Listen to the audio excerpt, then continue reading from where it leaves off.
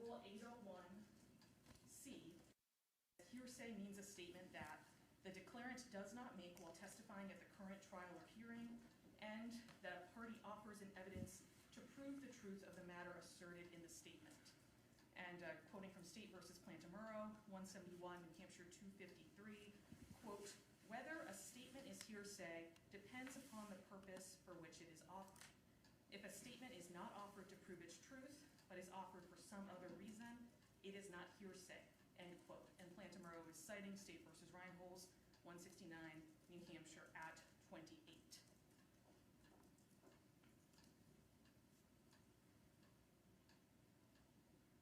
Examples of statements that are not hearsay are statements offered to prove circumstantially the state of mind of the declarant. So that would be an admissible purpose here. Statements offered to prove their effect on the listener, again an admissible purpose here. Or statements offered to prove only that they were made, why a witness pursued a course of action, or why a witness had a certain reaction, words of legal significance. And so the statements that Caitlyn Naffziger made to Dustin Duren the day of the incident are admissible both under 803.3 and as non-hearsay for the purposes including proving circumstantially the state of mind of the declarant and proving the effect on the listener. I'll also note a couple other cases, although I won't go into extensive detail. State versus Gabusi, 149, New Hampshire 327. That's a 2003 case. At a bench conference, the defendant's counsel explained that the statement would be offered not to prove the truth, but to show the defendant's belief. And the Supreme Court found that the trial court improperly excluded those statements. And in State versus McPherson, 127, New Hampshire 826, a 1986 case, the Supreme Court found that the trial court committed reversible error in excluding statements that were sought to be introduced not for their truth, but for the state of mind of the defendant. And so I want to just be clear that, that the argument that statements offered not for their truth are hearsay is not one that is legally correct, just to kind of preempt any need for extensive bench conferences while the jury is here. Understood. Attorney. Your Honor, the state's well aware of what hearsay is and is not. We appreciate the lesson from defense counsel this morning. We'll object as statements become necessary to have objections.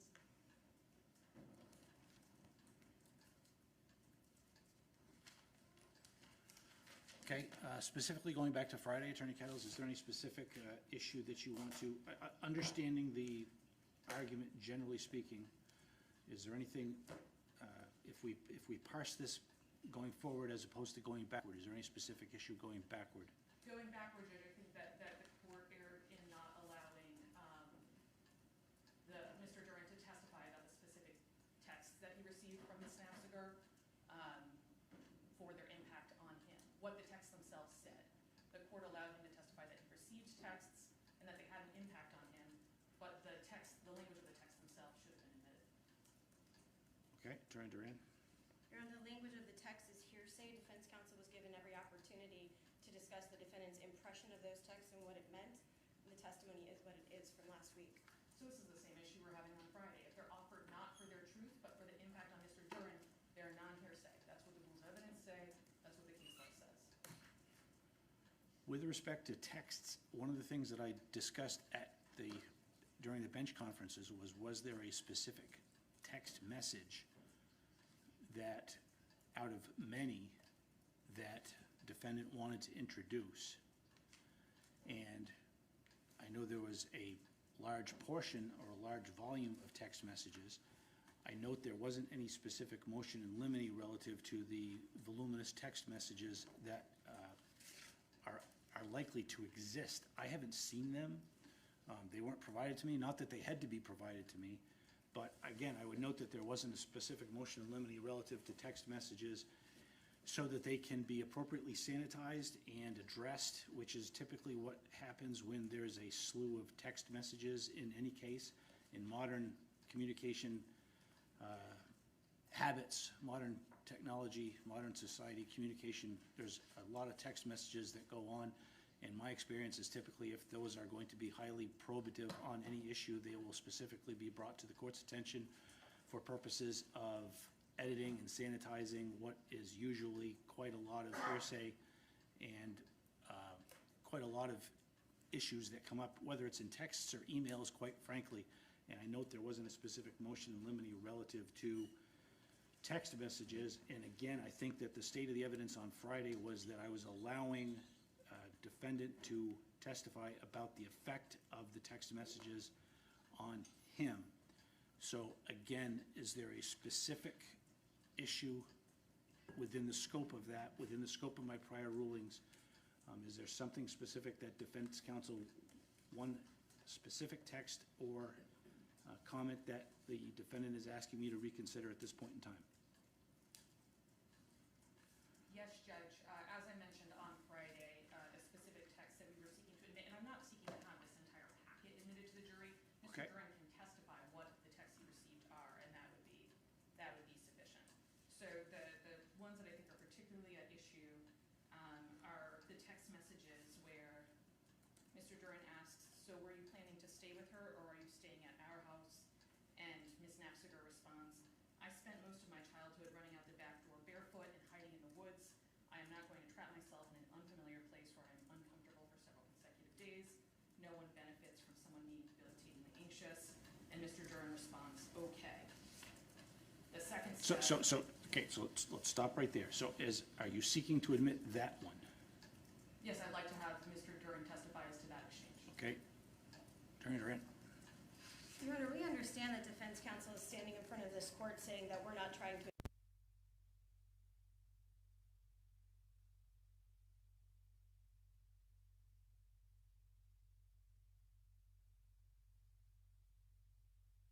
is what the basis of her anxiety is, why she would feel trapped. We're not able to get into the relationship with Mr. Duren in terms of Ms. Naffziger's feelings, but that sure brings some of them up. Your Honor, the exact content of the text message is exactly what defense counsel is trying to get into. They're trying to put that in. Otherwise, the impression that Mr. Duren has from it is sufficient. She wasn't going to stay there, and he has testified to that over the last 3.5 hours. As to that specific text message, motion to reconsider as to that specific message denied. Next one. Yes, Judge, and again, this is a set that I reviewed specifically with the court on Friday. Yep. Is it just you and Brenda? Is the question from Mr. Duren. The response is, "She'll drop me in Balin. She has to get back to work more," from Ms. Naffziger. And then Mr. Duren says, "Is she picking you back up then?" And Judge, I think we have a fundamental issue here, which is that the content itself is admissible as non-hearsay. Not just the response of, like, this is how the text made me feel, but that what the text says is admissible under Gabusi, McPherson, under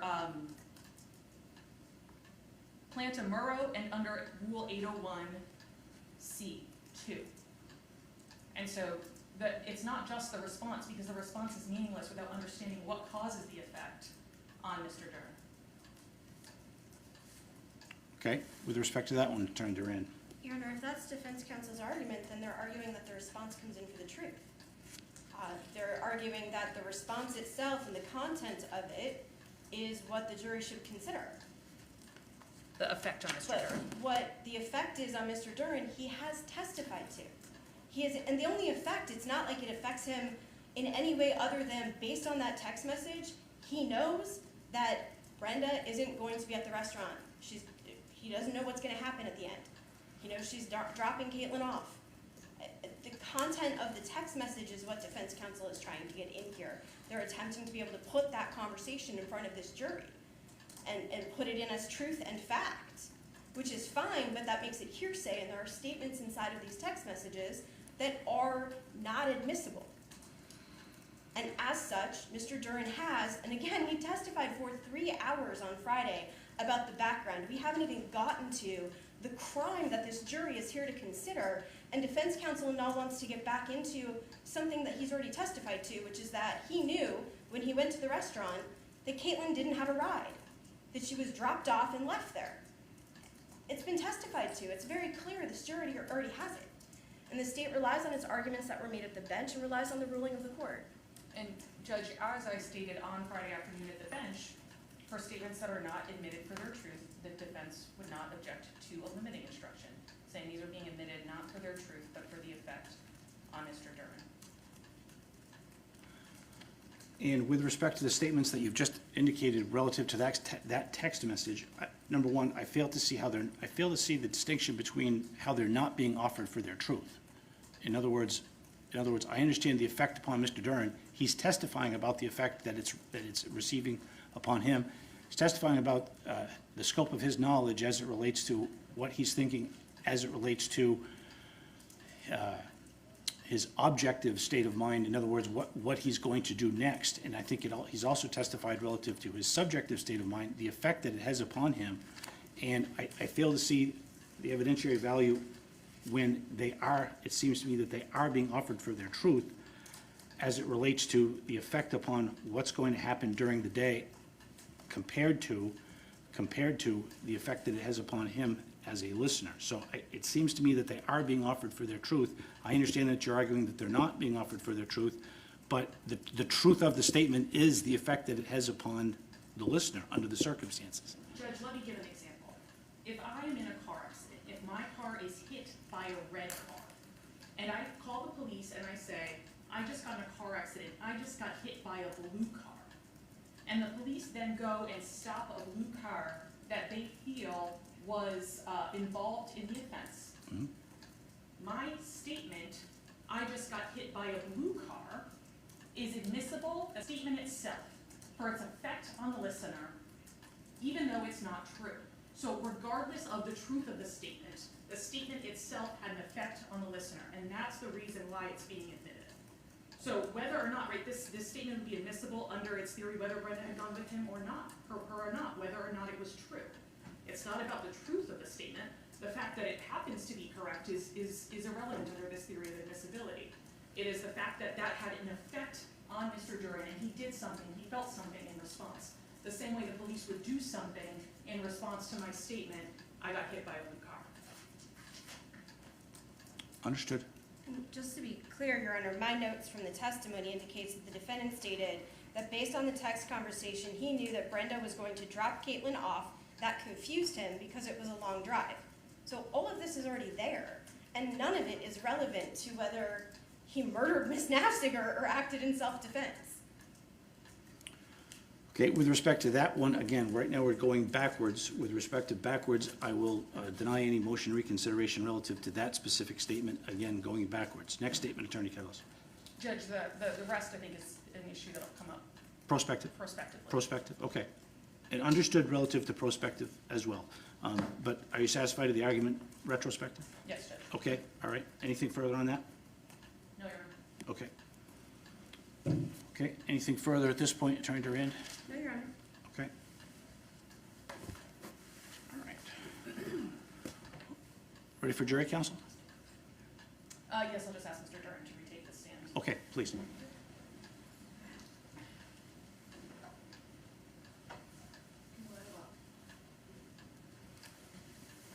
Okay.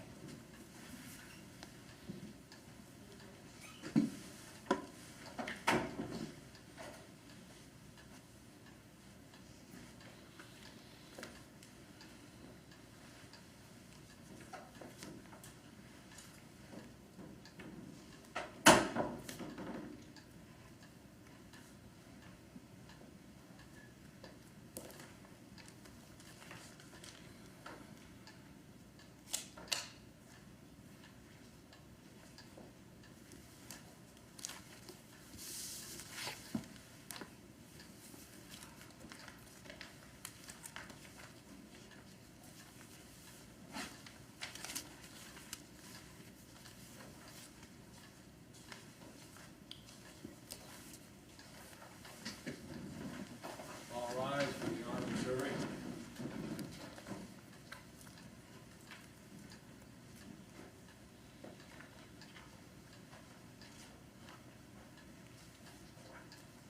Owens County Superior Court is now in session.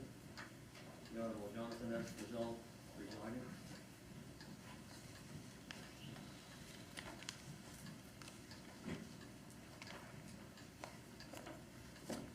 Hey, good morning. Thank you. Please be seated.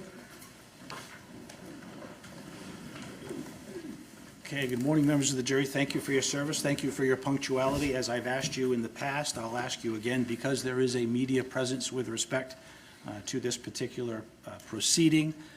I have instructed you to not avoid any exposure relative to any media coverage, but I would ask you now if you have received any media coverage, as you've received any information or have reviewed anything relative to any media coverage, even if it was inadvertent, I would ask that you please raise your hand and indicate so that we can address it.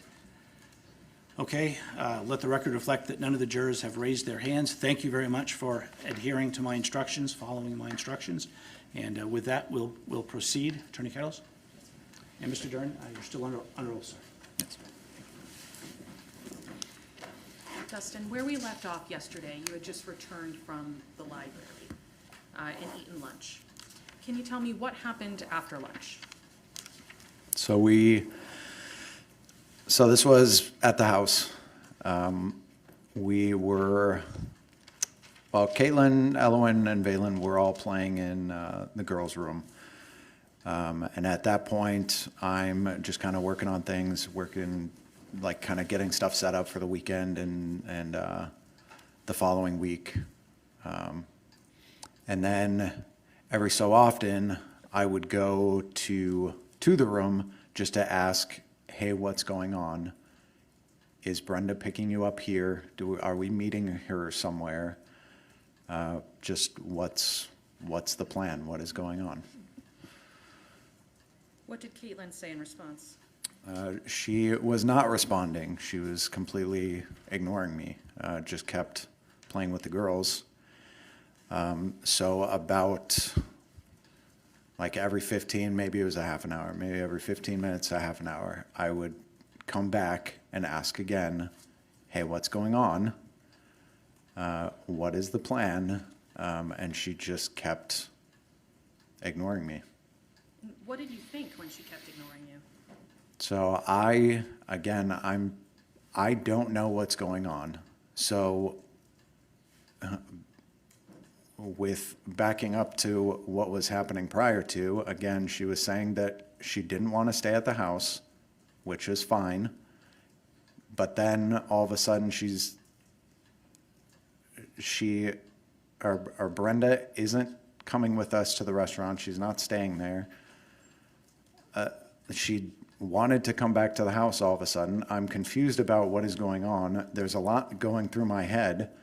And one of the things that's in the back of my head, which is why I'm bringing up these stories in the first place, is that the last time she was ignoring me and not telling me what was going on was when she stole Valen out of Nevada. At some point, did you tell Caitlyn that she couldn't stay in your apartment anymore? Yes. So this is when I'm continually asking her about what's going on.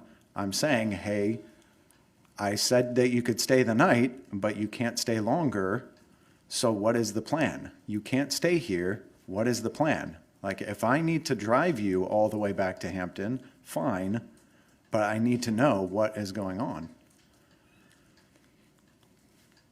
What was the next thing that she did besides just ignoring you and playing with the girls?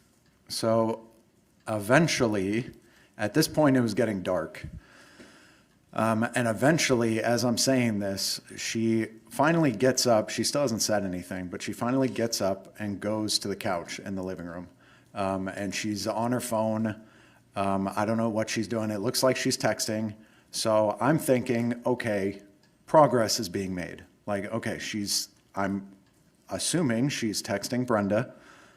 Okay, she's figuring something out. Good, we're making progress here. Did you ask her again what the plan was? So after, again, I don't know how long this would have been, maybe 10 or 15 minutes. But again, she wasn't saying anything. So I'm asking again, are you talking with Brenda? Like, what's going on? What's the plan? And she's still not saying anything. So at this point, like, I'm obviously pretty frustrated. At this point, I'm just saying, okay, you know what? You're not responding. We're clearly not getting anywhere here. So then I'm making the decision that then I'll drive you all the way back to Hampton. I'll drive you the 3 hours or whatever it is, all the way back there. But we need to leave now. You can't be here any longer. We need to leave now. And what was going through your head at this point that you're telling her we need to leave now? So again, I don't know what's going on. And again, in the back of my head, I'm thinking, oh, the last time that she wasn't communicating with me was in Nevada with Valen. And I don't know who she's texting. She's sitting on her phone. I don't know who she's texting. If, like, did people come to New Hampshire with her? I don't know. Was she texting other people to, like, come to the house, and that's why she didn't want to leave? Like, I didn't know what was going on. I wanted her out of the house. I did not know the situation. I did not know what was going on, but something was happening. Something was seriously wrong. I wanted to get out of the house. And what did you do next? So at this point, this is when I get Valen and I start putting her in the car seat. And so I'm putting her in the car seat in front of the kitchen, sort of at the doorway in front of the kitchen, also in front of the doorway to the bathroom, and it's in the hallway that leads outside to the garage. So I'm putting her in the car seat. At this point, Elowen she's still kind of playing in the room and going back and forth and seeing what we're doing. So at this point, she's out like, okay, we're going somewhere. So she comes out and she's standing behind me in the kitchen. And this is when Caitlyn gets up from the couch, grabs Elowen, and then takes her back to the couch. When she takes her back to the couch, how are the two of them seated? So, yeah, after I finish buckling in Valen, then I go into the living room, and I see, so Elowen's sort of straddling Caitlyn's right leg.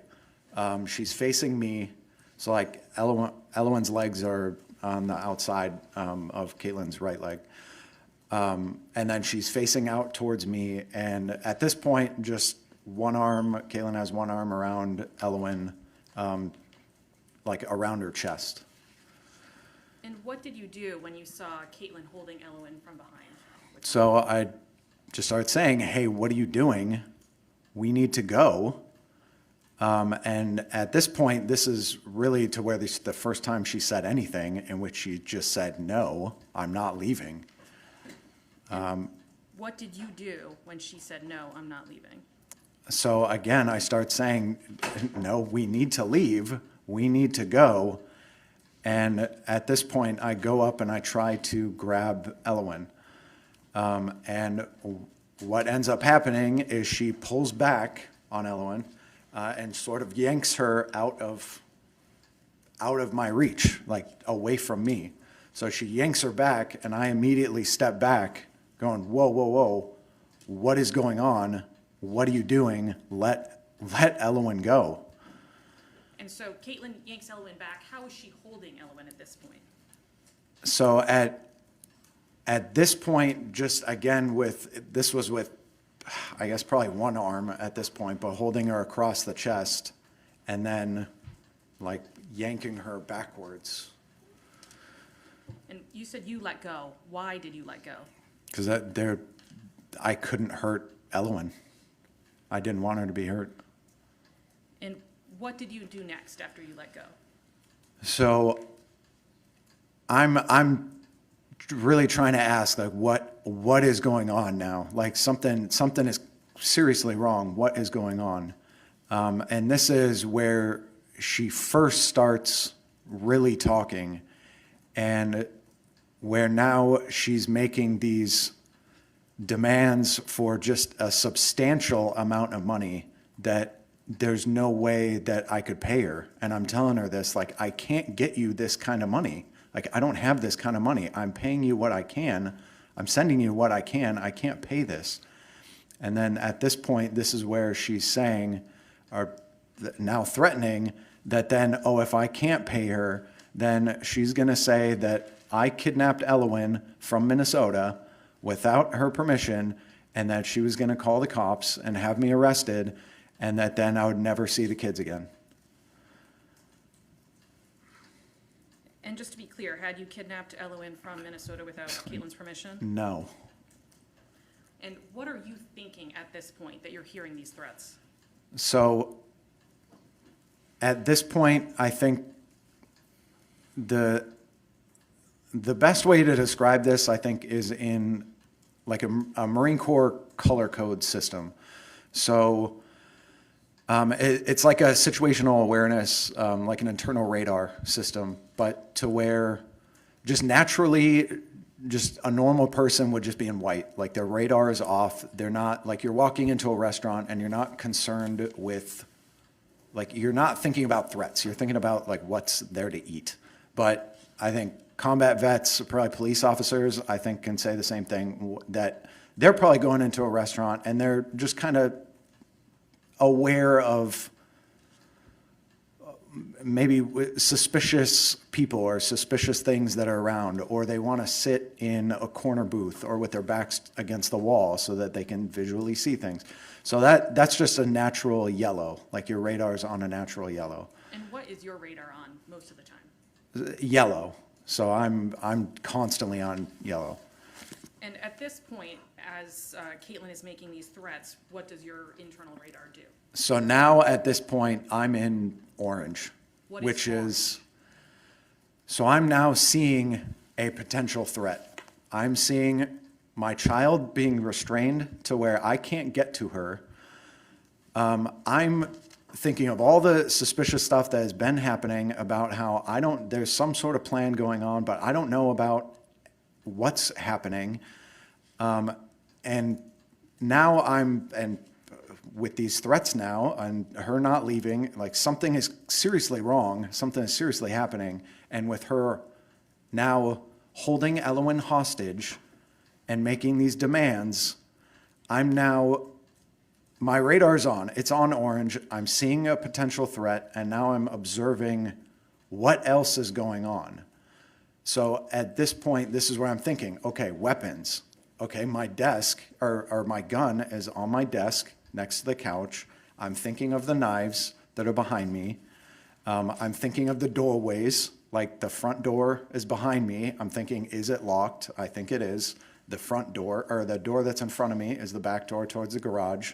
And I'm thinking, okay, that door I think is unlocked. I'm conscious of, oh, she's been sitting on her phone. Is she texting someone? Are people coming to the house? Because I don't know what's going on. She's on her phone. Is people coming to the house? And that's why she doesn't want to leave.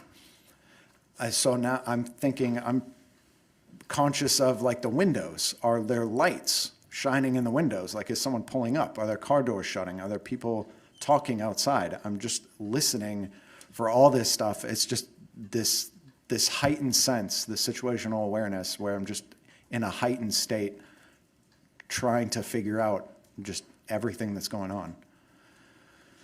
And what do you do while you're in this heightened state? What do you ask Caitlyn? So I'm now again, I'm just trying to say, hey, just let Elwyn go. Like really just let Elwyn go. And trying to figure out like what is going on. And again, she's just talking about these, like how she wants money. And if I can't pay her this money, then I need to sell my car and give her the money from my car. And again, I'm trying to explain, like, I can't do this. I'm sending her what I can't send her this money. And then she just continually threats that, okay, then you're never going to see the girls again. She tells you you're never going to see the girls again? Yes. And what was she doing while she was telling you she's going to take your girls and you'll never see them again? She's holding Elwyn hostage in front of me, using her as leverage to try to get what she wanted. What are your daughters doing at this point? So Elwyn's crying, and this is why I'm saying, like, Elwyn, like, she's smart. She knows when something wrong is happening. So she's crying already. Vaylin's crying. She's in the hallway, and I can't specifically see her. Like, at this point, too, I can't take my eyes off of Elwyn or Caitlyn. And, like, I don't even want to go into the kitchen to check on Vaylin. Like, I can't just take my eyes off of them, this potential threat. I can't go over there and check on Valen, so that's stressing me out too, of Valen crying in the hallway. It just, yeah, it's just adding to the stress. So what do you do? So at this point, I'm saying again, just let Elwyn go, and I try to grab Elwyn again. And at this point, again, now I'm trying harder to get her, so now Caitlyn is trying harder to keep her away from me. So again, she's pulling Elwyn in tight and yanking her away from me.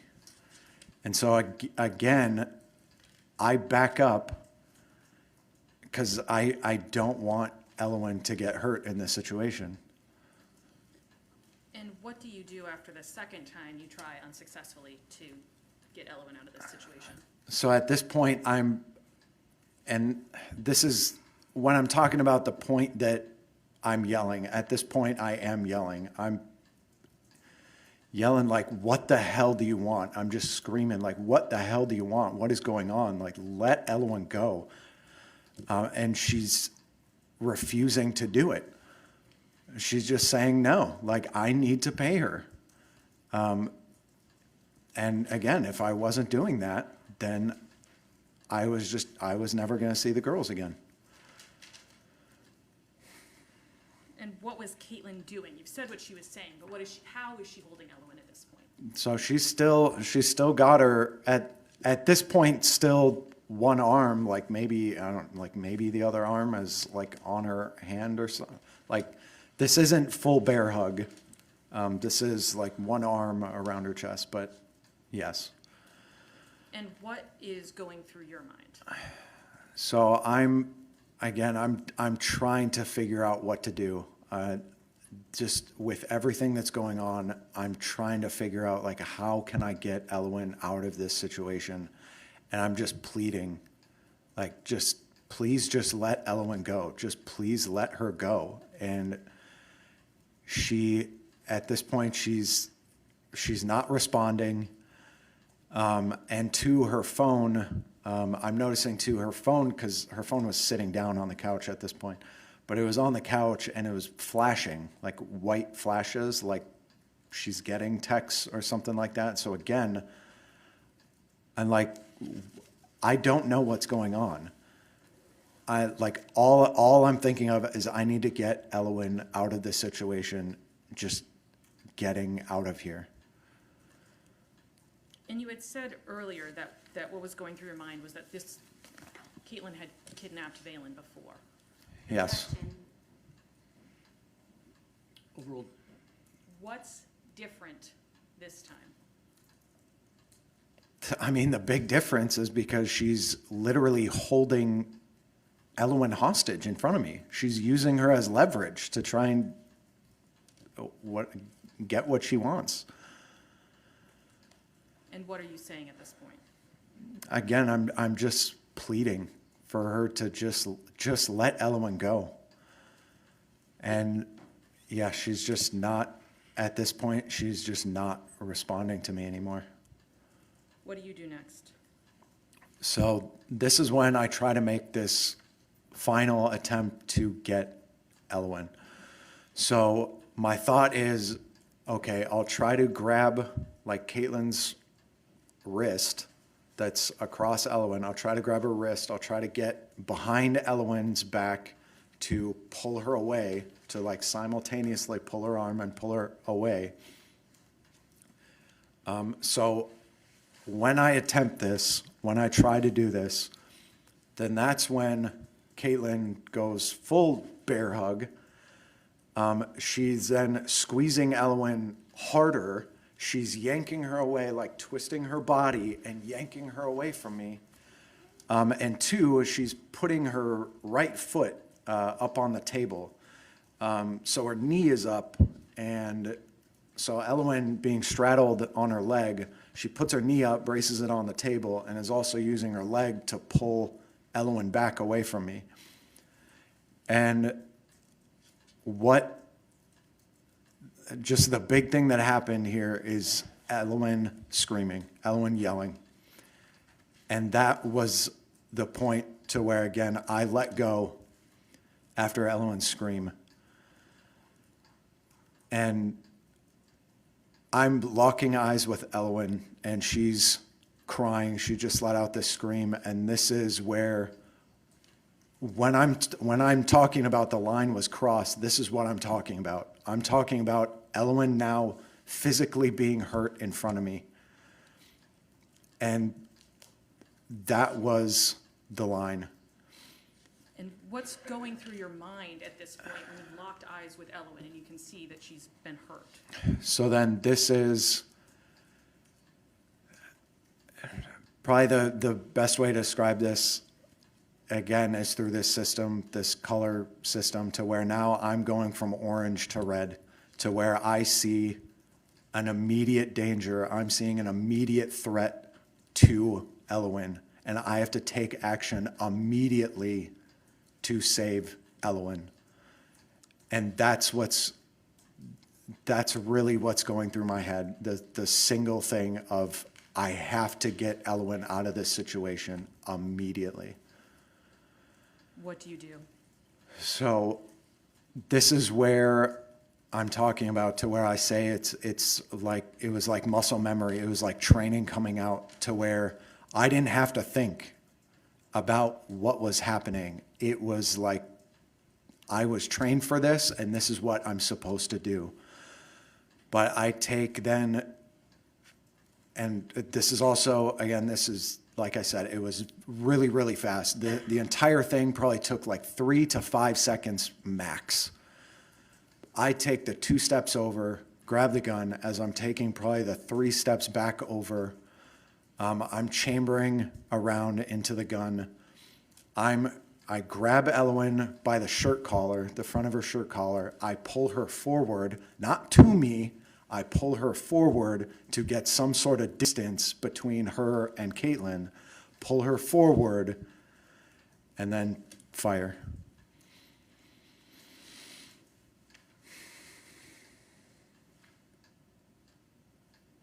Is Elwyn still in Caitlyn's arms when you shoot? Yes. What happens after you fire? So immediately after I shoot, so I'm holding Elwyn by the collar. She's, again, Caitlyn is still bear hugging Elwyn at this point, but the moment I shoot, that's when Caitlyn releases. I pull Elwyn fully into me, and I immediately run out the door and run to my car.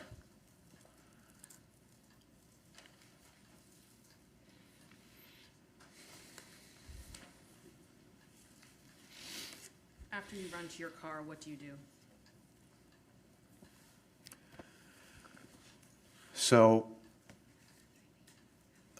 once I'm in the car, this is when, again, the very first thing I'm thinking of is I need to make sure that Elwyn is okay. So we sit down in the car, and I'm just checking her over, like physically, to make sure that there is nothing wrong with her, that there's no physical injuries wrong with her. I'm like checking through her hair to make sure that there's just nothing wrong. And there wasn't, but all she's complaining about is she's covering her ears and saying loud, loud. But she's still responding to me. I know she can still hear me, but she's just complaining that it was loud. And as I'm checking her over, I'm not seeing anything physically wrong with her. There's also nothing on her.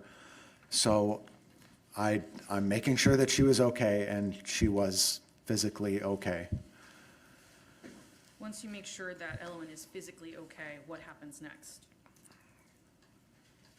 So at this point, this is when I said this, to where this is when I realized what had happened, to where, like, consciously I'm realizing this wasn't just someone that I shot. This was Caitlyn.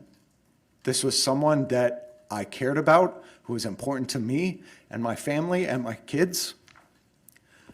This wasn't just some random person. And I immediately felt horrible. And I didn't understand what was going on. Like, why was this happening? What just happened? Why was this happening? I didn't understand it.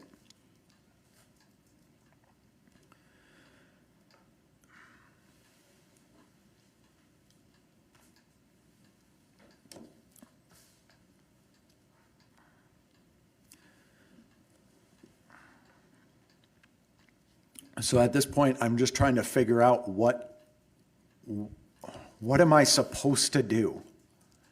I didn't know what I was supposed to do at this point. I'm not thinking like, yeah, I'm not thinking, oh, I'm justified actually because of XYZ. I'm thinking, no, I just shot someone that is not just a random person. This was Caitlyn. I didn't know. I'm trying to figure out what to do. And this is again to when just sort of basic instinct is coming out to where I'm thinking, well, I need to make sure that my kids are okay. So I'm thinking, okay, Elowen is physically okay, but I need to make sure that she's mentally okay too. I need to, one, because again, I don't know who she was texting, if people were coming to the house. I didn't know what was going on. I wanted to get out of the area, out of the immediate area first. And I wanted to spend time with the girls to make sure that they were mentally okay. So at this point, this is where I am. I'm literally running into the house, just grabbing necessities. I'm like, okay, I'm just grabbing clothes. I'm grabbing blanket. I'm grabbing a pillow. I'm like grabbing like food, water. I'm just grabbing necessities to just bring back to the car. This all probably took maybe 5 minutes total as I'm just running in the house and just grabbing things. I know, yeah, I grabbed my computer and my hard drive. I guess it was because, okay, my computer is my life outside of my kids. Like, this is where I do all my work. Like, my hard drive, literally the only thing that's on my hard drive is all backups of my work. So I guess I'm just thinking like, oh, well, this is a necessity. I just have to grab it. So I just grab it. And as I put all this stuff in the car, then immediately take off after that probably took like 5 minutes. Did you turn out the lights and deadbolt the door? I mean, I guess. I don't consciously remember doing it, but I guess it makes sense because that's just what I would normally do. Like, hey, I'm leaving the house, I'm turning off the lights, I'm locking the door. I mean, deadbolting the door, I don't even think I had the key to the actual doorknob. I think the only key I had was for the deadbolt, so I guess it was just something natural that I would do as I'm leaving the house, is just turn off the lights and lock the door. And so, have you also put Valen in the car at this point? Yeah, yes, Valen's in the car as well, yes. If it's not obvious, she was the very first thing I went and got from the house, yes. And what did you do next once you had packed up the car? So at this point, I immediately got out of the immediate area. And Elowen and Valen, they both fell asleep pretty much immediately once I started driving. So I just kept going. I just kept driving. Eventually, I got to Concord and to where they're both awake at this point. And I wanted to, again, make sure that they were mentally okay. So I park, I think this was at like a CVS or a Walgreens or something. I park in a parking lot. And I sit down with them, I'm talking with them, I'm just making sure they're okay. I'm not talking about what just happened, I'm just asking if things are okay. And talking to Elowen specifically, I knew Valen was her same old happy self, so I wasn't worried about Valen, and she wasn't even in the room when this was going on. But Elowen, I'm talking to Elowen, and she seemed good. She kept saying, like, I'm okay, Dad, I'm okay. And so at this point, now I'm thinking too, okay, well, I haven't received any texts from anyone. I don't know. Again, I don't know if people were coming to the house. I haven't heard anything. I don't know what's going on. I don't even know if anyone knew that what had happened. So I'm thinking I have to tell somebody. So at this point, I do three things.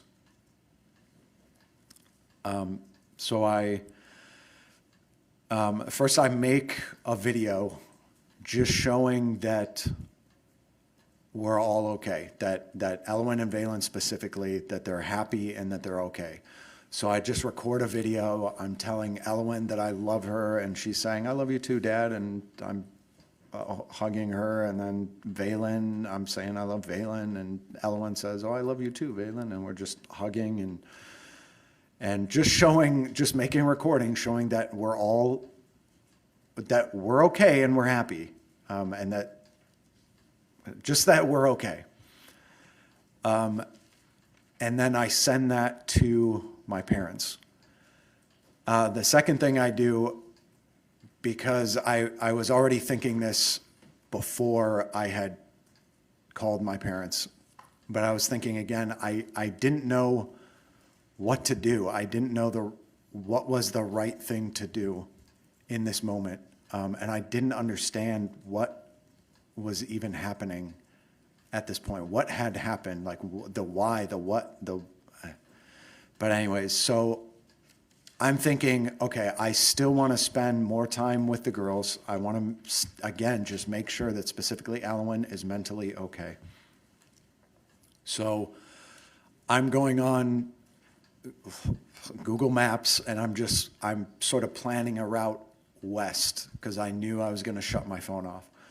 So I'm planning a route southwest through New York, and I'm writing it down on a Post-it note, which the Post-it note that was still in the car, so you could literally see the route that I took. But I write it down on the Post-it note, and then 3, I call my parents. Who do you speak to specifically? So specifically, I call my mom, and I don't tell her anything specifically what happened. I just tell her that I shot Caitlyn, that the girls were okay, that I was going to go dark for a little bit, as in turn my phone off, specifically because I didn't want anyone to find us at that point. I wasn't trusting anyone else to make sure that my girls were okay in that moment. Like, I was the only one that could make sure that my girls were okay. So I didn't want to be found at that moment. So anyways, I'm telling my mom this, and I'm telling her, hey, you also need to call the cops to make sure that they know what happened. And that was the extent of the conversation. I didn't tell her anything more than that. Which of your parents did you think would call the cops? I mean, I guess I would assumed it would be my dad, and especially as a retired deputy. I mean, I assumed he would be the one to do it.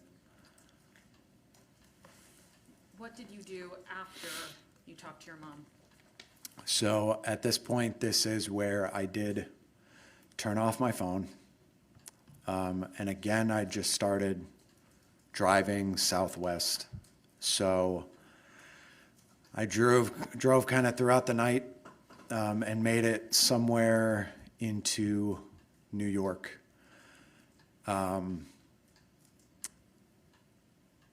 To where it was specifically at a Love's gas station. And again, you could figure out where exactly I was from the Post-it note that I wrote down, like the directions on the Post-it note. You could find this gas station. But anyways, so I stopped there. I parked up.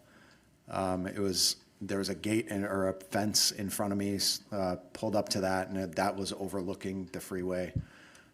Just pulled up to that, and then just the girls and I slept in the back seat and just slept for the night. What did you do when you woke up? So we woke up, everyone, again, Ellen seemed good. She just seemed like her happy self. I mean, we go into the gas station. I mean, we're using the restroom there. Where her interactions with Valen were all good, and everything seemed like she was acting normal, completely fine. We had breakfast there. And this is really at the point to where, because one of the things I was thinking of doing was to drive all the way back to Minnesota to get my kids to my parents, because no one knows my kids better than my parents. No one has been more involved with my kids than my parents. So they were my first thought of who could take care of them.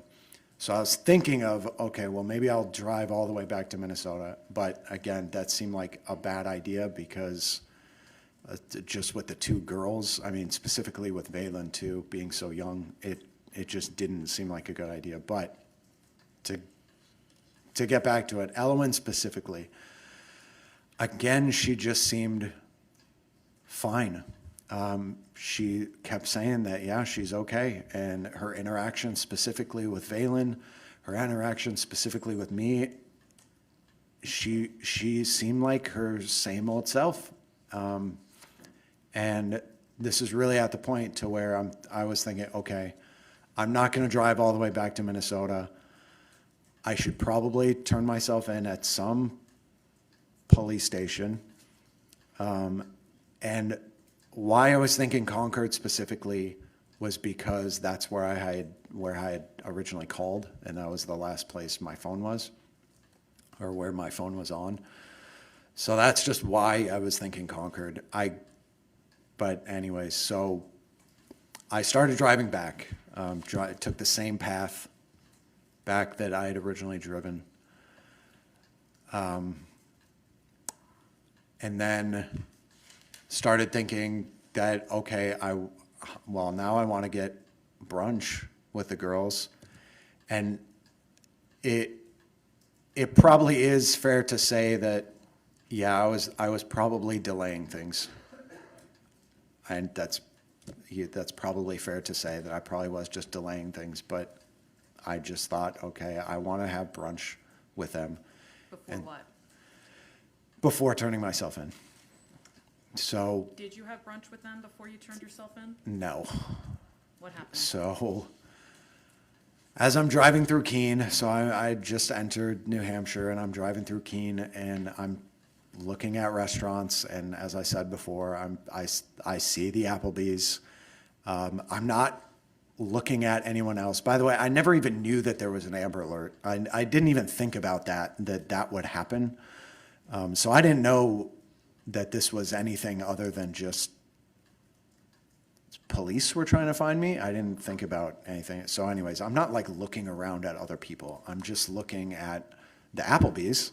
And I've never been to Keene before. I've not been to this Applebee's. So I'm just trying to figure out like how do I get into the Applebee's? So I'm like taking a left, and then I'm like, okay, well now there's a median and I can't turn left into the Applebee's. So I'm like going around this roundabout and going back right, and I'm like taking a right, and I guess I turned into the convenient MD, I guess, but then obviously that's not the Applebee's. So I'm pulling in farther through it.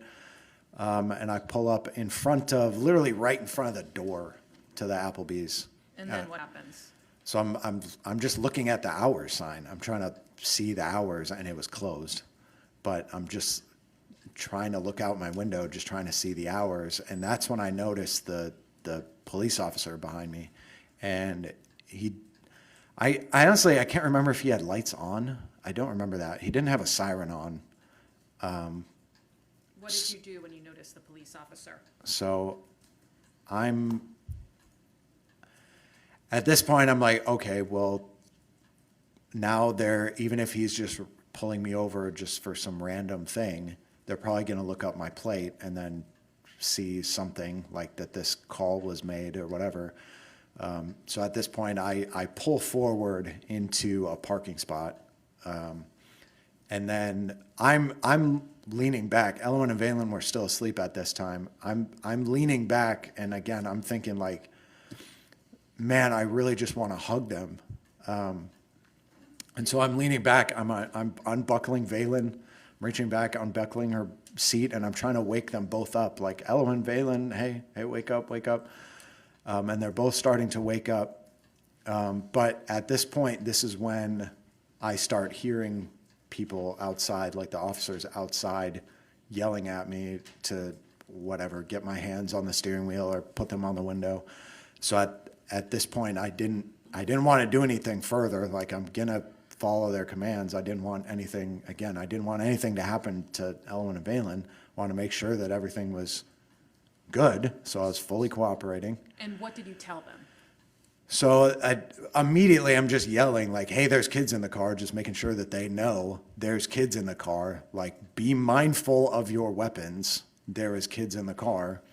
And what else do you tell them? So as I'm backing up, and as I'm backing up and they're putting me in handcuffs, then I'm yelling too about how there's a gun in the door. So Why are you telling them there's a gun in the door? because it's loaded, and specifically it's in condition 1, so there's a round in the chamber, and the only reason is just because I didn't actually clear it afterwards. I didn't like take the magazine out and like unchamber the round.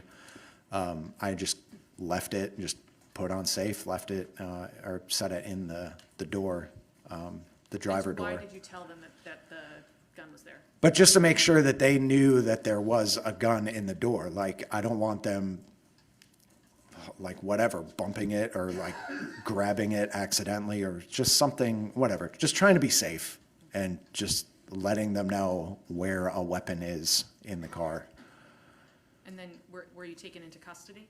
So yes, and then that's when, yes, specifically I'm put in that one police cruiser. The detective did come up to me prior to, in the doorway, and he didn't really say much. He was just asking if I was okay, and then two, if I wanted anything, if I needed food or something. So let's talk about what happened when you were interviewed by the police, or when you spoke to the police. Yes. Why did you decide to give up your right to remain silent and talk to the police? And I felt like that was the right thing to do. I mean, I didn't have anything to hide. I'm still trying to figure it out. I'm like, maybe I can talk this through, and like they'll help me try to figure this out of what just happened. But I'm just trying to do the honorable thing, just trying to do the right thing. How long after the incident did you speak to police? So this was, I don't know how, like 15 hours? Like 15 hours later. So really short time. So, I mean, too, again, I'm clearly in shock too, because I don't know, like, again, I'm still trying to figure out like the what, the why, the how, like, what is going on. But yeah, anyways. And tell us what's going through your head. You know, what's kind of your emotional state while you're being interviewed? So I'm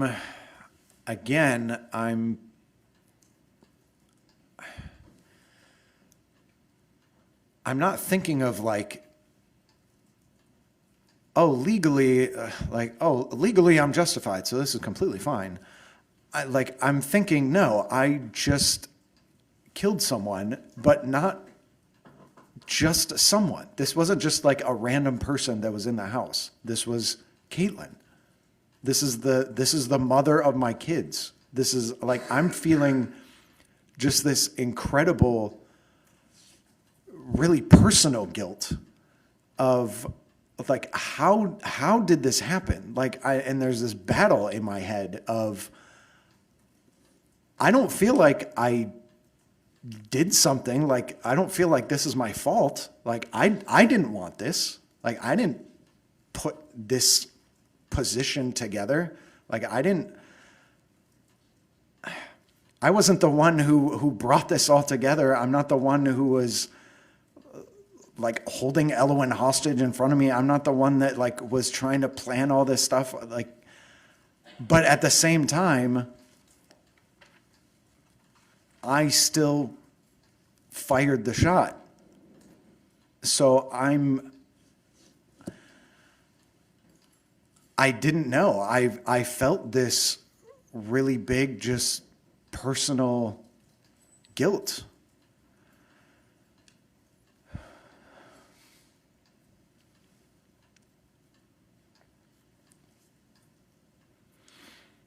In your police interview, you told police it was definitely very fast and deliberate.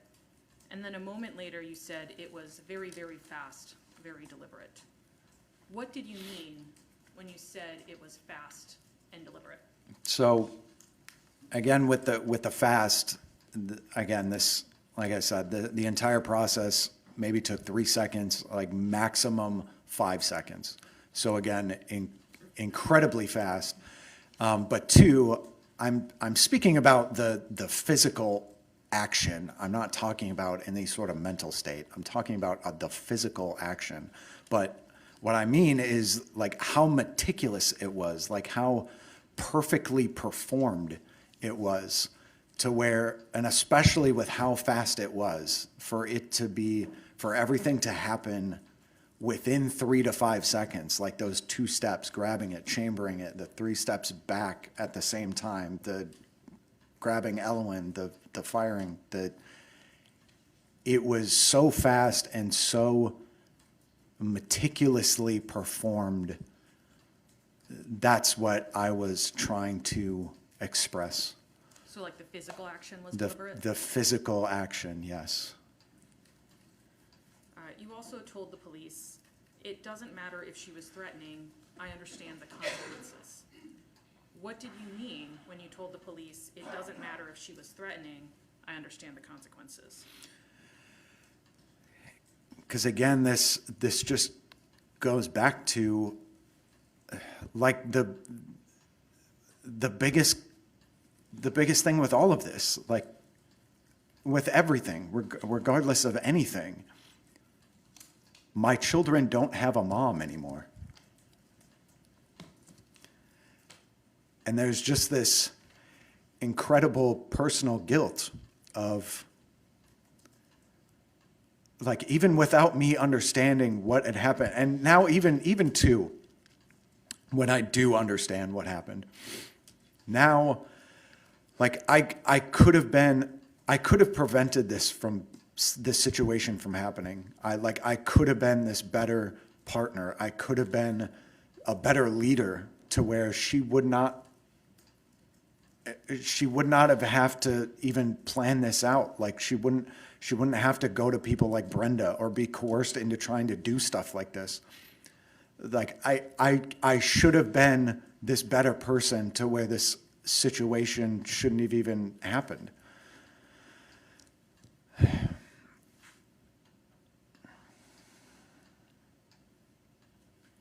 You told the police that you didn't know if you wanted to address whether you regretted shooting Caitlyn, and that it felt like a trap question. Why did it feel like a trap question? So either response felt like the wrong response. So if I said yes, that I regretted shooting her, then that would mean that, oh, so previously I did want to, but now I don't. Well, that's incorrect. So that felt like a wrong response. But then if I say no, then that means, then I just don't care that she's dead, which is also a wrong response. So it felt like whatever I said was just not the right answer.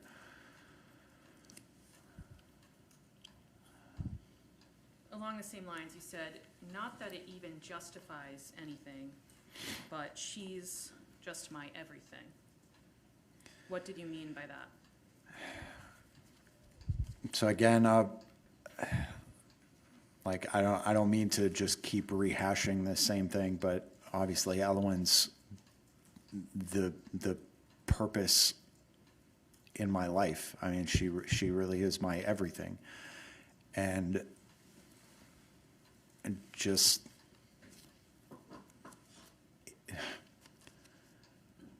like trying to understand what had happened,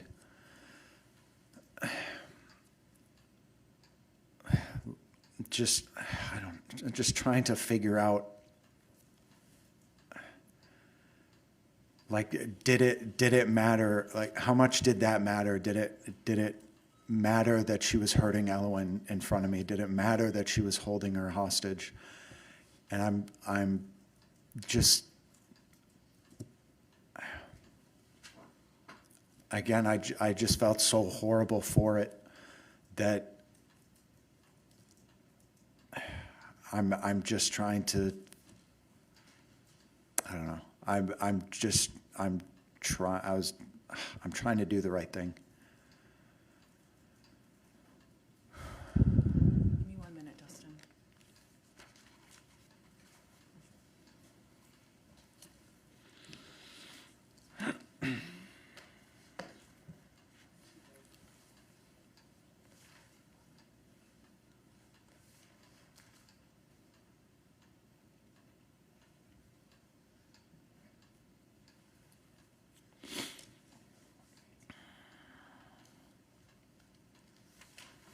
Dustin, at this point, I don't have any more questions for you. Okay. Or is this an appropriate time to take our morning break? I was waiting to see what you would prefer. Okay, all right, members of the jury, we'll take a morning break now. It's before 10:15, so we'll get started at 10:25. We'll resume at 10:25. Again, please do not discuss the case amongst yourselves, and if anyone does, please report that to a bailiff. Thank you. All right.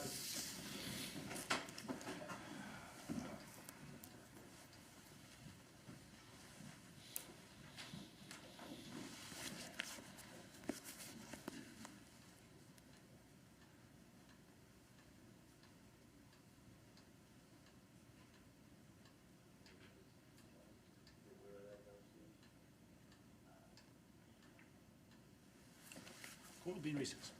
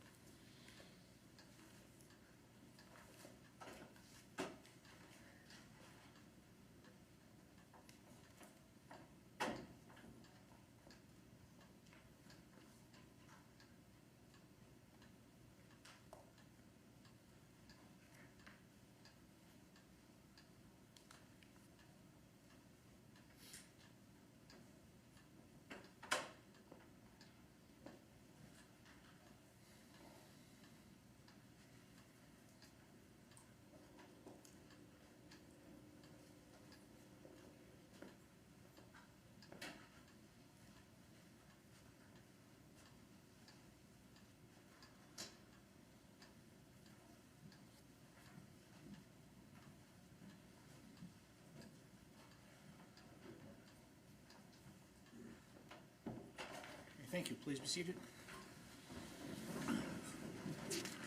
Mr. Duren, again, you're still under oath. Thank you.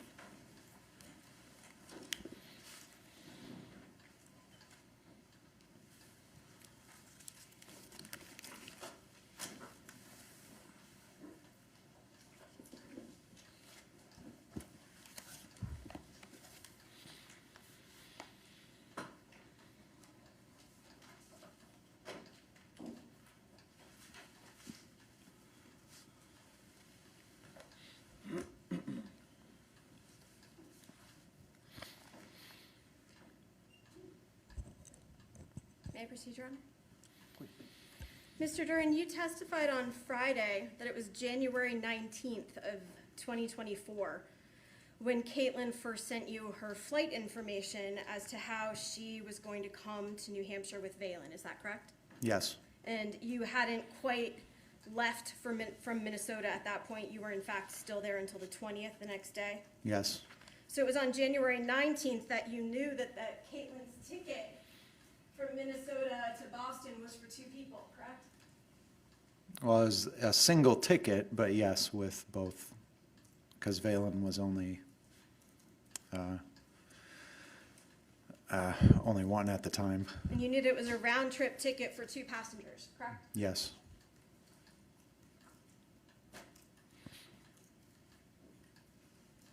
But your intention was, and the thought was, that Caitlyn wouldn't bring Valen back to Minnesota, that you would keep her there with you, correct? yes,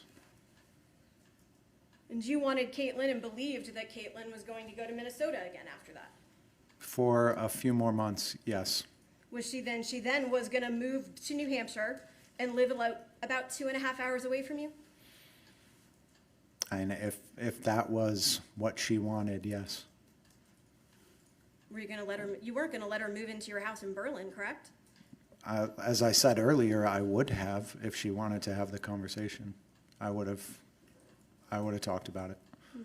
But you've testified and you have heard your statement where you told the police that your plan, as you discussed with your mom, when you would have victory was for when you had the girls and Caitlyn was gone, correct? Because that was what was always the plan. Now, you made it clear to police that you're a very calm person, correct? Yes, You do your best under stress, I think so, yes, and that's what you told them, correct? yes, Now, you've talked to us today about this Marine threat level that you function with in your daily basis, correct? yes, But as being a Marine, you were taught how to deal with stress, correct? yes. That's part of what that MCMAP training is, the Marine Combat Martial Arts Program. Well, that's not about stress, but about drilling and training. Well, it's a 3-part process, right? It teaches you about intellectual stuff, mental training, as well as physical and disciplinary training, correct? Sure, yes, And so it teaches you as a Marine, because that's a high-stress job, right? yes, And you need to be able to assess threats, but still make decisions, correct? yes, All right. Now, you told the police that you only yelled at Caitlyn 1 time on January 29th, the day you killed her, correct? yes, But today you've testified that you were yelling at her, you were screaming at her, what's going on, give Elowen back, correct? no. No, you I weren't s- screaming at all? I said this was the one time that I did yell. So you The yelled one once? time, yes, the one time where I was yelling, yes. And you yelled just once, 1 yell. Okay, maybe it was 2 sentences. Could it have been more than 2 sentences? No, You were pretty frustrated, weren't you? I was having justifiable emotions with my child being held hostage in front of me. And those But emotions yes. were frustration, correct? You could say that, yes. Anger, correct? No, I don't think so. You weren't angry, you just said she was being held hostage. That didn't She make was. you angry? I was frustrated, yes, but I wouldn't go so far as to say that I was angry. But it caused you to yell just once, and that's one of what, 3 times in your entire relationship. Yes, Now, there was no time on January 29th of 2024 where Caitlyn hit you, correct? no, She never struck you? no, She never struck Elowen? no, She never struck Valen? No. In the moments before you shot her, you described to police that she was holding Elowen in a bear hug, correct? Yes. Today you've described it as a one-arm hold, fair to say? No, the bear hug was in the third attempt, the final attempt. Okay, but before that, Caitlyn was only holding Elowen with one arm. Sure, yes. Caitlyn was 5 feet tall. Yes. She was 114 pounds. About, yeah. Okay, well, you heard the medical examiner say he weighed her naked body, and she was 114 pounds, correct? Okay, yes. Now, you are about 5'10", correct? Yes. On your license, it says you were 190 pounds, fair to say? Yes. You're bigger than she is. Yes. Stronger than she is. But that has nothing to do with when she's holding my child hostage and restraining her. Mr. Duren, you're bigger than she is, correct? Yes. You're stronger than she is, Yeah. correct? Yes. You've had martial arts training, correct? Yes. You know how to fight with your hands. Yes. And yet, when Caitlyn was holding Elowen with one arm, you couldn't get her away. Without hurting Elowen, no. Your testimony today is actually that you shot Caitlyn because she hurt Elowen in a moment when you tried to pull her away, correct? Yes. She had no weapons? Well, actually, I Mr. should Duren, you've clarify. answered the question. You had no weapons? I'm sorry, I had- she had no weapons? She did not have a weapon, no. She did not have a knife. She did not have a knife, no. Where you were standing, you had 2 pocket knives behind you in the room, correct? In the bedroom, In your bedroom? yes, behind me, The front door was behind you. yes. Where you were positioned in the living room, she would have to go through you to get to the back door, correct?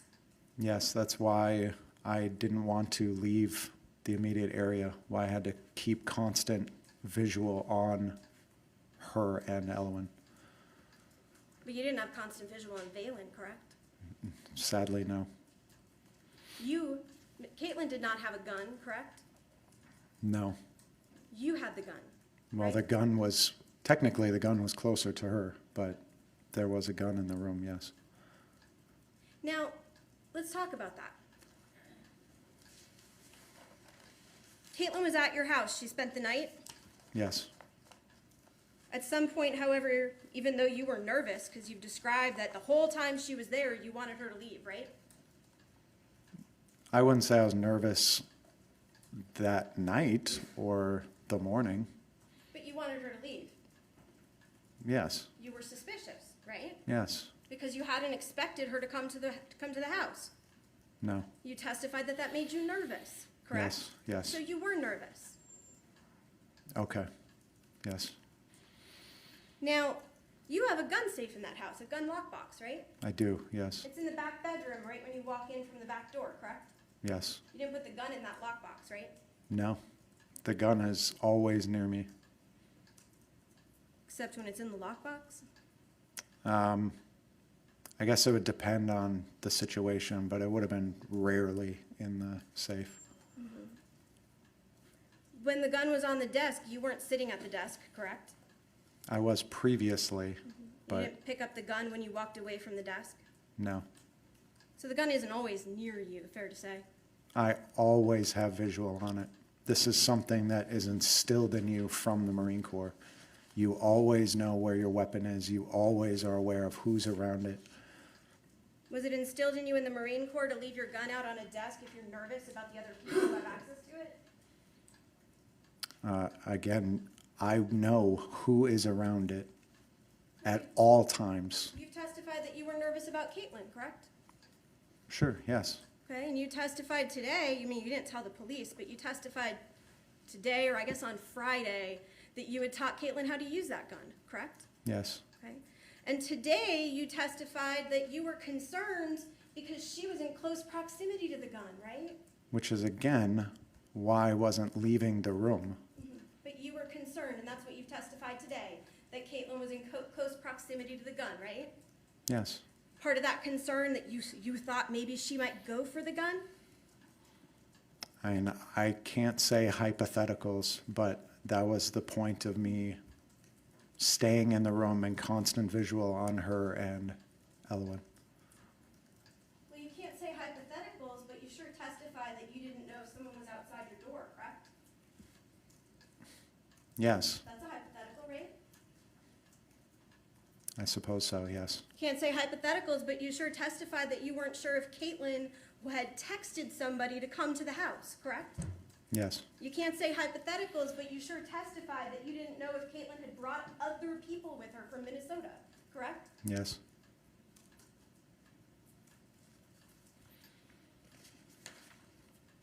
Now, I want to talk to you a little bit more about your calmness under stress. You told a story on Friday, the third story, I believe, about what happened to you in Las Vegas, right? You were directed to talk about the third thing. And Yes, so let's talk about that third thing. In Las Vegas, one night when Caitlyn was at work, correct? yes. I believe she was babysitting someone, yes. Okay, but that's work, right? She was making money doing that? Yes, yes, You were at home and you heard a person try to get into the front door, correct? yes, That person was a stranger? yes. You didn't know them? No, Had no reason to have feelings for that person? no, No love for them? no. You picked up your gun when you heard that person at the door, correct? Yes, after bringing Elwyn upstairs and made sure that she was safe upstairs and not to move. Left her in a place in the house where you didn't have eyes on her, correct? They would have had to got through me to get to her. You picked up your gun? Yes. You made sure that it was loaded with a clip in it? And it was loaded previously, but yes. Okay. You racked the slide to make it ready to fire? It was, at that point, actually, it was already loaded. So you already had it ready to fire? Yes, So when you told the police in your statement that you are a person who never keeps the gun with a bullet in the chamber, that wasn't quite true, correct? never, I guess I shouldn't have said an absolute like never, but a majority of the time, it is in condition 3, not condition 1. So normally without a round in the chamber. So when the person was trying to break in your front door and you picked up your gun, it was already ready to go, right? Yes, Was the safety on? yes, Did you turn it off? no, So you approached the stranger at your front door with a loaded gun ready to fire, but the safety's still on, correct? yes, that is how you train. You don't take the safety off until immediately before you fire, and then you immediately put it back on. And holding that gun, you told the stranger to leave. Yes, Holding that gun, you told the stranger that you were armed, correct? yes, Holding that gun, you opened your front door to the stranger and said you should go, correct? yes, Holding that gun, you showed the stranger your weapon, and you said, look, I'm armed, correct? yes, You told the stranger you could shoot, correct? no, but Pretty much I'm implied. flashing it, yes, yes, You had called the police that night. yes, Your muscle memory didn't take over, right? You didn't just shoot the stranger, because the stranger wasn't holding my child, but the stranger was trying to break into the house where your child was located. but I was in between that person and the child, and they But- were never in the house. And you didn't shoot that stranger in the head, did you? No. You waited for the police and the stranger just walked away. Well, they continued banging on windows and trying to get in through windows, and then eventually left as I stayed downstairs and monitored. So this person not just knocks on your door and attempts to break in, but now they're breaking through windows. You don't see your child and you don't shoot. They correct? didn't actually break a window, but they were banging on windows, yes. You testified that on February the 14th of 2024, you called the Berlin Police Department, right? Yes, And you called them because you just had a fight over the phone, so you say, with Caitlyn, correct? yes, And that was about custody, correct? yes, And in that phone conversation, is it fair to say that Caitlyn made some of the same statements you've testified she made on the 29th before you shot her? yes, You say that she was demanding money, she wanted the kids on her taxes, She was never gonna let you see them again, and she was gonna bring them back to Minnesota, correct? Yes, So to call the Berlin Police Department, you had to look up that phone number, correct? I did, yes. You spoke with somebody for over 6 minutes at the police department, didn't you? Okay, yes. On February 29th, you had your cell phone with you, right? I couldn't say where it was, but You had it while Caitlyn was at your apartment? yes, You had it the whole time that she was there? yes, You had it the every 15 to 30 minutes that you walked in to ask her to leave and she ignored you? well, I wasn't seeing a threat at that point. But you were nervous. I was, yes. You testified just now that that made you wonder what the plan was, what she was gonna do, whether something was afoot, correct? But I don't think that would be appropriate to call the police over. But then, after those, you didn't shoot her then either, correct? No, So after going into the room every 15 to 30 minutes, and let's be clear, this is from lunchtime, correct, until it gets dark. yes, So let's say from noon till maybe 5 p.m.? sure, Okay, yes. just as an average, right? So 12 to 1, 1 to 2, 2 to 3, 3 to 4, 4 to 5, 5 hours, right?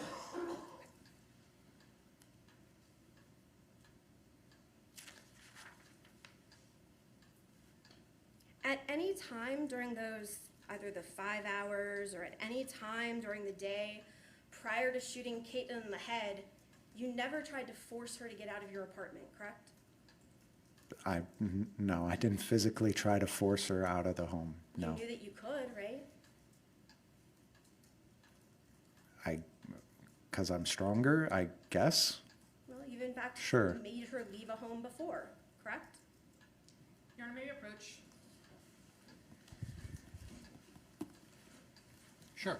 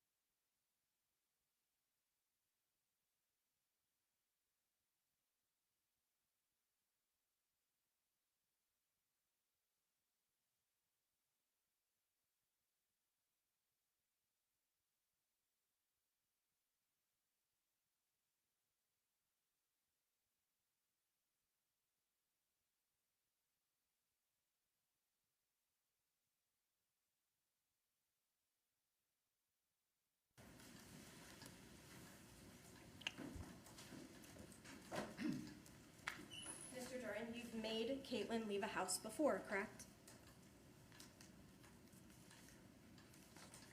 Yes or no? No,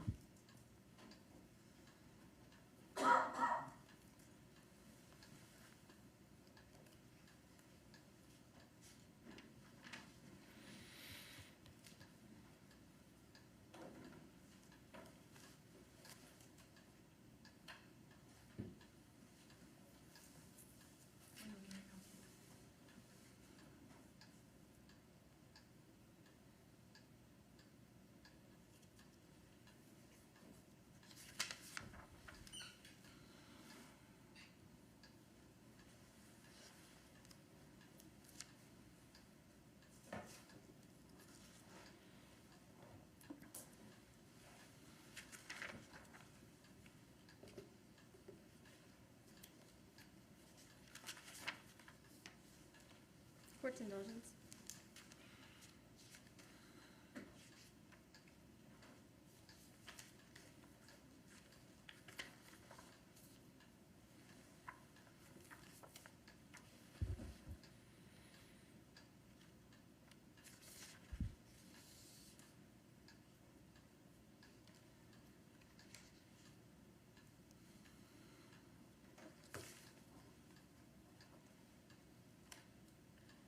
Mr. Duren, at no time before you shot Caitlyn in the head did you call the police and tell them that she was refusing to leave your home, correct? No, At no time before you shot her in the head did you call the police and tell them that you were afraid that she was going to harm your children, correct? that's correct. At no time before you shot her in the head, at any point during that day, did you call the police and say that you were afraid she would take your children, correct? I did prior to that, but not that day, no. You mean the February 14th phone call, correct? Yes, You didn't call the police back, correct? no, You didn't call back the officer that you spoke with for 6 minutes? no, You had set it up so that they were aware, correct? yes, But you never bothered to call them that day and say, hey, get this woman out of my house, correct? because at the point that this was happening, this was a moment-to-moment situation. I couldn't take my eyes or my focus off of Elwyn or Caitlyn. Between 12 p.m. and 5 p.m., you asked Caitlyn to leave approximately, what, 12 times? Well, yes, but that didn't seem appropriate enough a reason to call the police over. She was staying in your house against your will, correct? I was trying to figure out the plan. You were not concerned enough that you needed to call the police to have her leave, correct? At that point, no. But even though you wanted her to leave, you did nothing to make it happen. I was Correct? trying to figure out the plan.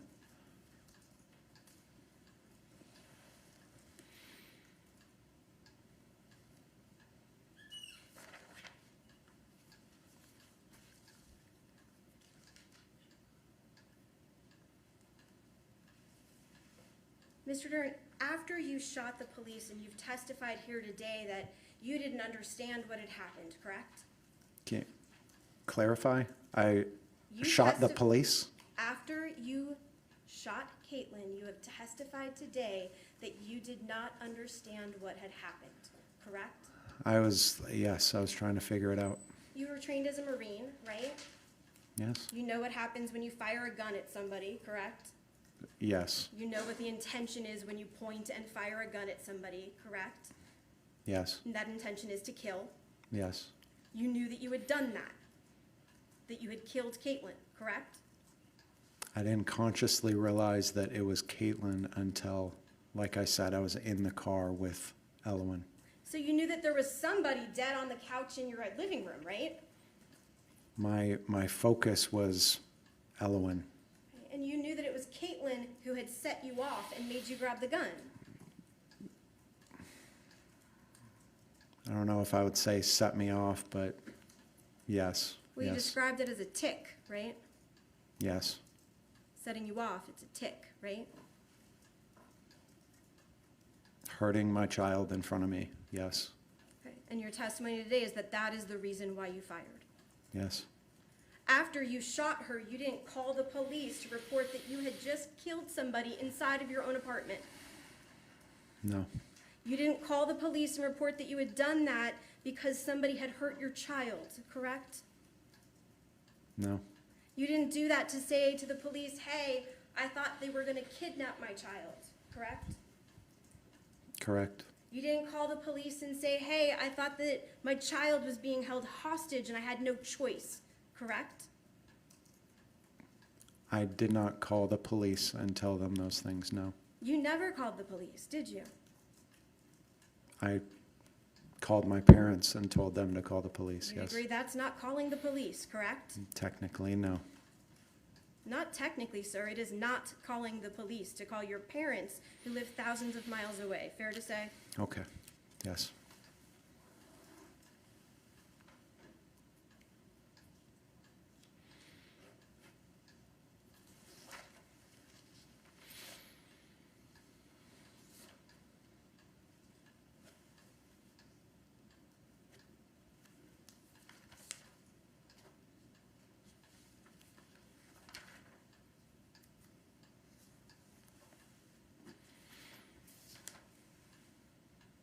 Now, Mr. Duren, you and Caitlyn ostensibly, for lack of a better term, broke up in August of 2023, correct?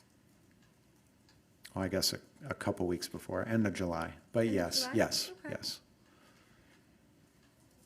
And since that time, you've engaged in different arguments about the children, fair to say? Sure, yes. About their custody, who they should live with more often than not, fair to say? Sure, yes. You've had the same arguments since you broke up that you've described to us here in your testimony today, right? Not to that extent, but yes, yes, Okay. But you've had arguments about money since August of 2023. yes, You've testified that those arguments involved Caitlyn asking you for more money, correct? yes, You've had arguments about how much time the other parent should get to spend with each child, correct? no, not how much they should spend. I always wanted to try to keep it 50-50. You wanted to keep it 50-50, but since August, you've seen Valen, I think you said 93 times, and Caitlyn had her 48, correct? Or I think it was 98 and 48 and then 15 split. But that was a lot of what Caitlyn was telling me about was just how difficult it was to try to work and also care for the kids at the same time. So it was just making sense with me having them more. That wasn't me demanding that I needed them more, no. Okay. But you wanted to have full custody of them with her elsewhere, correct? No, absolutely not.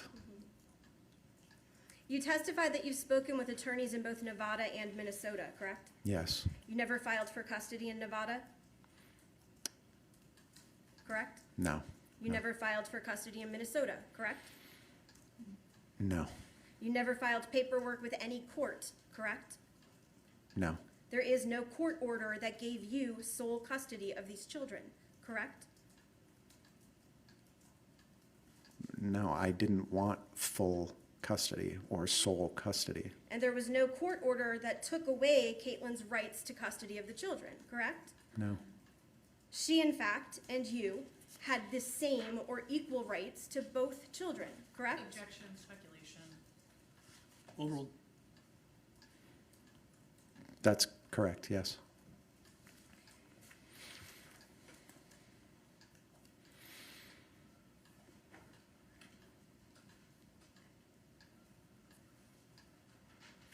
Now,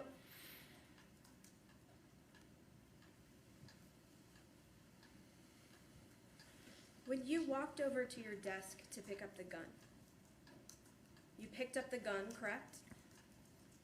Yes, You've testified that you racked the slide. yes, That placed a bullet in the chamber, correct? yes. You left the safety on at that point because you were not quite ready to fire? Well, I'm fairly certain when you rack it back, the safety gets flipped off because the hammer is back. Caitlyn saw you pick up the gun, didn't she? I'm sure she did, yes. Caitlyn heard you rack the slide, correct? Your Honor, may we approach?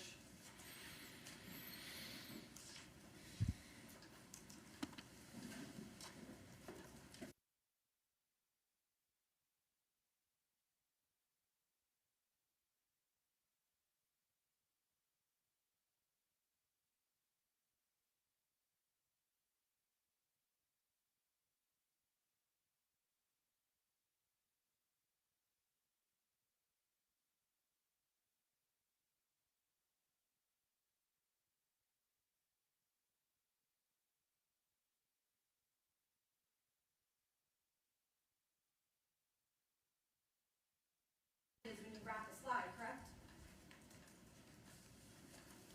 Sure, yeah. Yeah, you can hear it, right? You can hear it. You heard it in this room when Jill Terrio racked a slide on an unloaded gun, correct? Yes, So you can assume if Caitlyn's sitting closer to the gun than you were, she heard it, right? yes. She reacted, didn't she? She did not, no. Caitlyn didn't ask you what you were doing?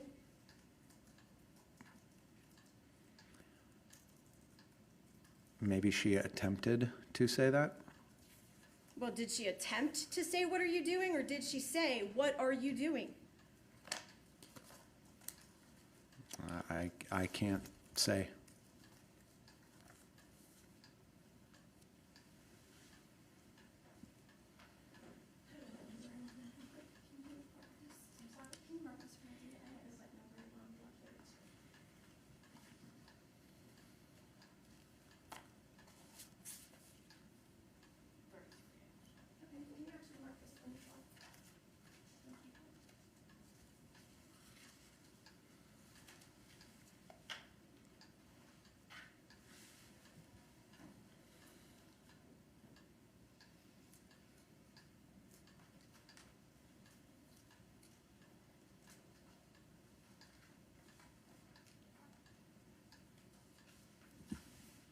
Mr. Duren, do you recall what Caitlyn did that was her attempt to say, "What are you doing"?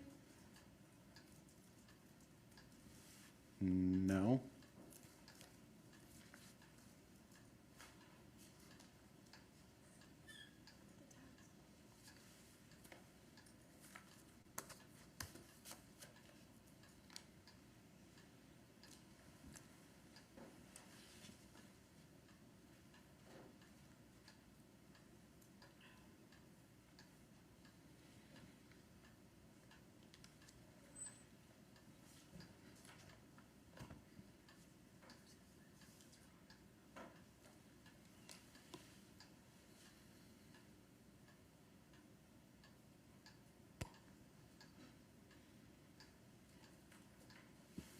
Mr. Duren, you've reviewed all of the evidence for this case, correct? I hope so, yes. Okay, you've spoken to your attorneys about it? Yes. You've gone over any reports that were created? Your Honor, can we approach?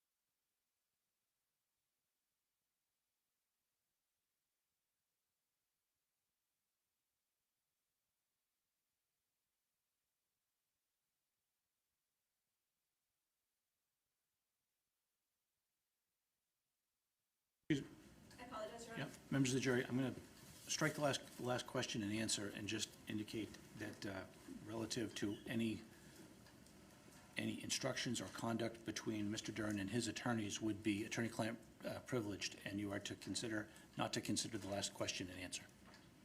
Thank you. Thank you, Your Honor.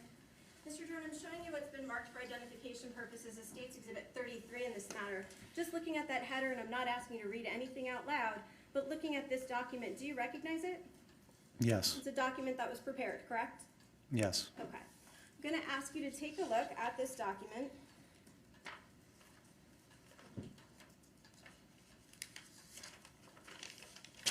I'm going to ask you, counsel, for your information, it's on page 2 of that document.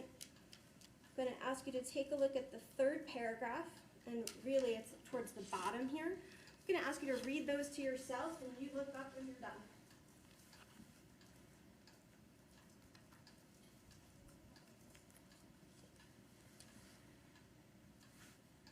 Okay.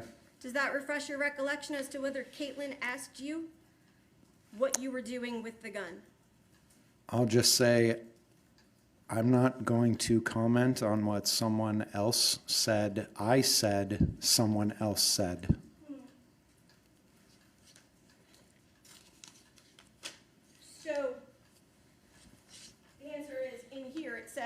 you told someone that Caitlyn had asked you what you were doing with the gun, correct? I'm not going to say why someone else said I said something.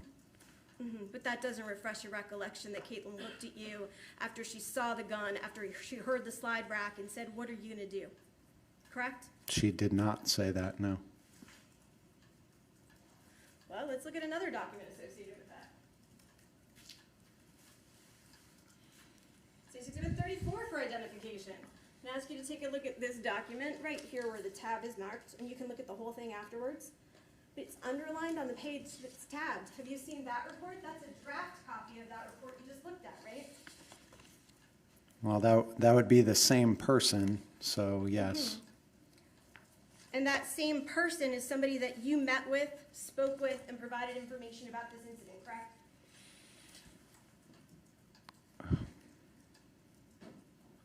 Sure, yes. Okay. Someone who you've described in messages as the key to everything, correct? No. That report where it says, and Caitlyn nonchalantly, Your Honor, may we approach?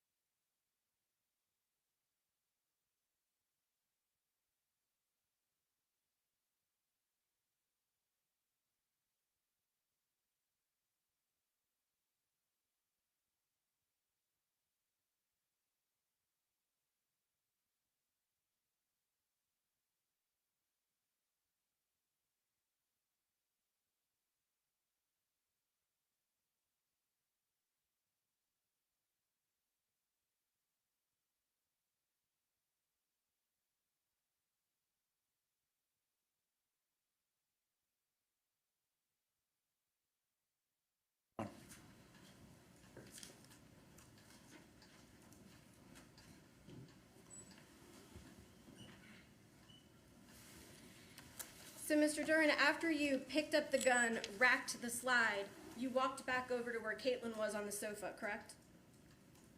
Yes. To walk around the coffee table to get there? Yes. You grabbed Elowen with one hand? Yes. Had no issue taking her from Caitlyn at that moment, correct? I never took her and never said I did. I pulled her back. The reason being to create some sort of distance, for two reasons, to create some sort of distance between Elowen and the threat, and then two, to control Elowen while I took the shot, just to make sure that she didn't, like, all of a sudden jerk in front of the path or something like that. So you were holding Elowen back with one arm, correct? Controlling her. Yes. You were holding the gun in the other arm, your right hand. Yes. You extended your arm to fire, correct? No. So, I mean, it could be helpful if I actually showed the exact positions, but my hand would have been, like, as I'm leaning forward over because the table's over here, the couch is in front of me, I'm leaning forward, because Caitlyn's leaning back against the back of the couch with Elowen. So I'm leaning forward, grabbing her, and then the gun would have been probably back here as I'm firing. And you're firing like this? Well, whatever this motion is, yes. Without looking through the sights? No, Without I was aiming not in any looking through way? the sights, no. I was absolutely aiming, yes, With your hand behind you or next to your body? yes. So you couldn't see the exact location where that barrel was pointed, correct? When someone fires a gun tens of thousands of times, you know where it's aiming at all times. You know where it's aiming when you're standing like this with your gun here. Absolutely. You know if your elbow's not cocked in the wrong position. You know if you're off by an inch. Is that fair to say? Yes. You testified when, or actually you told the police, they asked you if you knew where you had shot Caitlyn, correct? Yes. And you told them you did, exactly. You described exactly where on her head she was shot, correct? Yes. On the side of her head in a place where it was covered by her hair. Yes.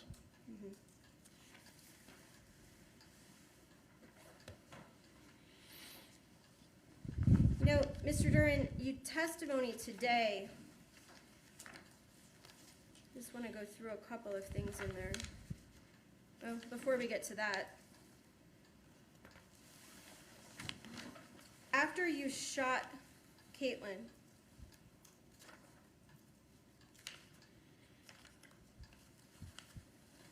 that's when you began loading the car, correct? Afterwards, yes. You packed food and water. Yes. You took pillows and blankets. Yes. You took multiple changes of clothing for you, correct? I just grabbed clothes, yes. Multiple changes, correct? Multiple shirts, multiple sweatshirts. Sure, yes. You grabbed multiple changes of clothing for Elwyn. Yes. You grabbed multiple changes of clothing for Valen. Yes. You testified today that you took your work computer because that's a necessity. That's why I'm guessing I grabbed it, yeah. Because you were running, right? I needed to get out of the area immediately, yes. Because you had murdered Caitlyn. No, absolutely not. I guess I should clarify, yes, I had shot her, but at no point did I ever think that it was murder. No. But you ran. I got out of the area and made sure that my kids were safe, not just physically, but mentally. Well, after you shot Caitlyn, there was no danger in the house, right? Just her body on the couch. Yes. But again, I didn't know if people were coming or what was going on. You didn't know if the police were going to come, right? I guess, yeah. And so you turned off the lights, you deadbolted your apartment, and you fled, correct? Well, I don't even really remember doing that, but if you say that happened, then sure, okay. Well, you heard the testimony of the Yes. people who went into your house, correct? I did. That there was So- a deadbolt, that they had to ram your door open. Well, again, I don't even know if I had the key to the actual doorknob, but the deadbolt was just how you locked that door. Okay, but it was So- very important to make sure that it was locked in those moments that you left, correct? No, I guess it was just something that I did. So Hey, you- you leave the house, you shut the lights off, and you lock the door. So you fled. You drove south, correct? I like southwest, yes. And after you called your parents, you went dark, correct? Yes, And you did that so you wouldn't be found, correct? because I wanted to spend more time with my kids and make sure that they were mentally okay. And you knew the police were going to look for you because there was a dead body in your apartment, correct? I did, yes. Now, that phone call with your parents, your testimony today is that all you did was say, we're safe, I killed Caitlyn, and that was it, correct? I mean, there was a little bit more, but yes, essentially, yes. Well, there was a lot more, right? Because it was a 13-minute phone call, correct? I mean, okay, I mean, you saw the records. You have those. yes, You spoke to your mom for 13 minutes before you turned off your phone and went dark, correct? okay, yes.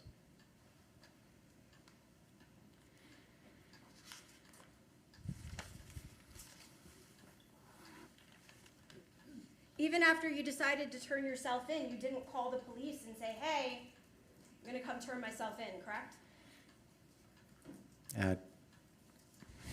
At no point did I call the police, no. And you never actually went to the police, correct? No, You drove past police barracks. correct? Yes. And in your statement to police, you said it was because you were going to have breakfast with your girls, right? But you'd already had breakfast with them in New York, according to Well, your testimony today, correct? Brunch, because the time I don't remember exactly what time that was, but like 10:30 or 11.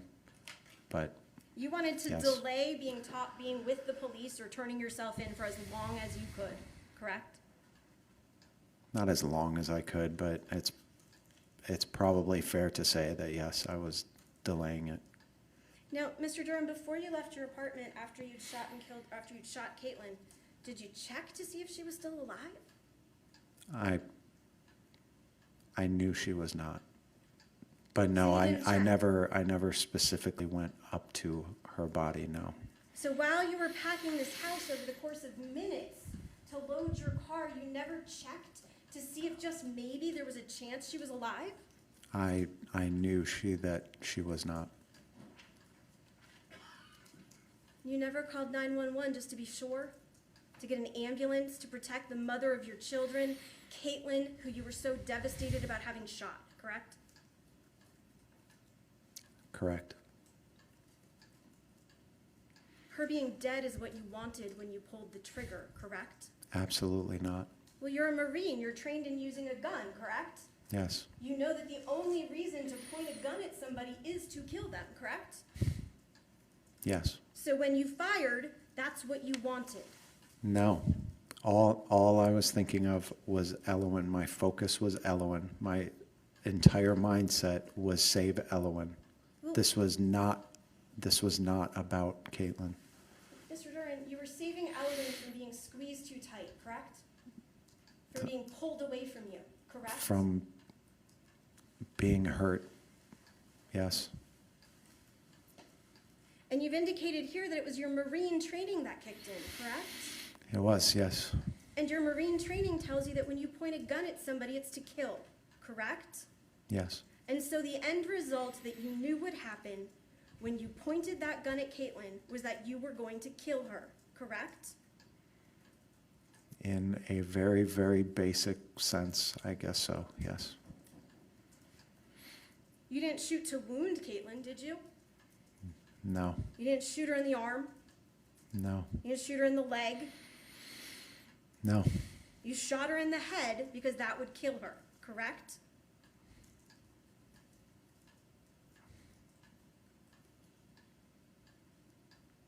Sure, yes. I mean, Mr. Duren, your defense here today that you want to be justified is that you acted purposefully with deadly force to kill her because she was hurting Elowen. That's your defense, right? Yes. But yet you're still hesitating as to whether that's what you wanted. Because I never wanted Caitlyn dead at any point. Except as a Marine, you knew the moment you pulled your gun and aimed it at her that that's what your goal would be, correct? The goal was to eliminate a threat to my child. The goal was to eliminate the child's mother, correct? The goal was to eliminate a threat that was holding my child hostage and hurting her in front of me. And that person was your child's mother who had just as many rights to hold that child as you did, correct? Tragically, yes.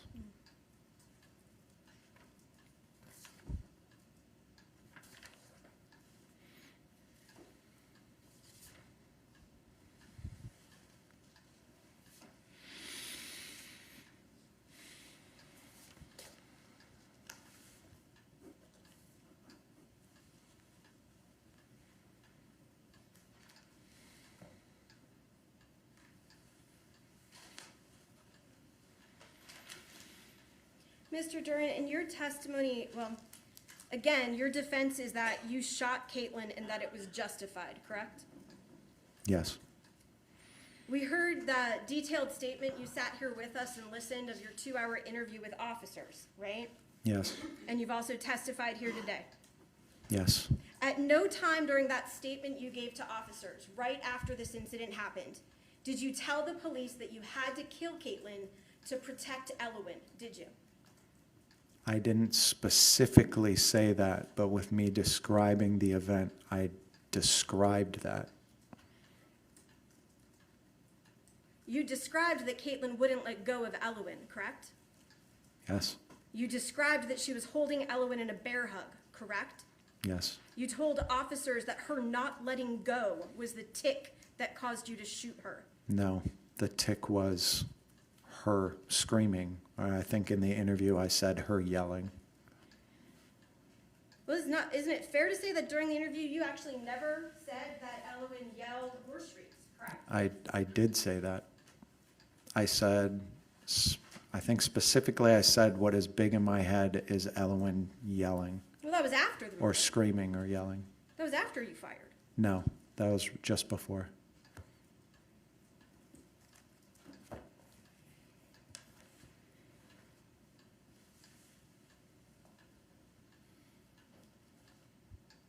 Court's indulgence.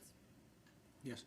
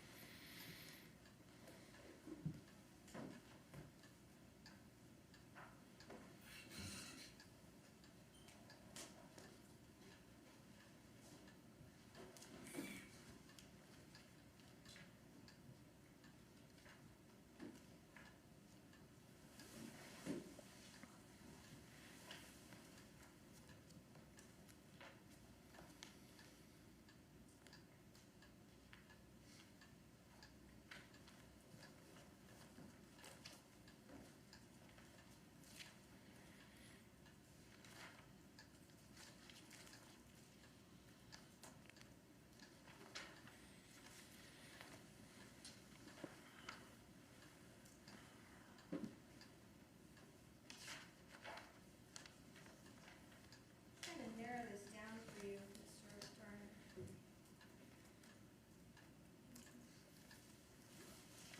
I believe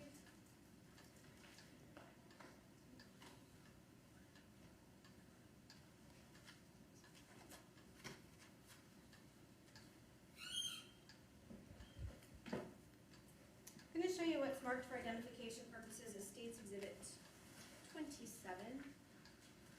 I believe that, Mr. Duren, you're welcome to look through this, but most of the actual incident starts on about page 58, moving forward. Once you go ahead and look through that transcript and tell me, or tell us, or look up when you find where you told the police that Elowen screamed before you shot Caitlyn.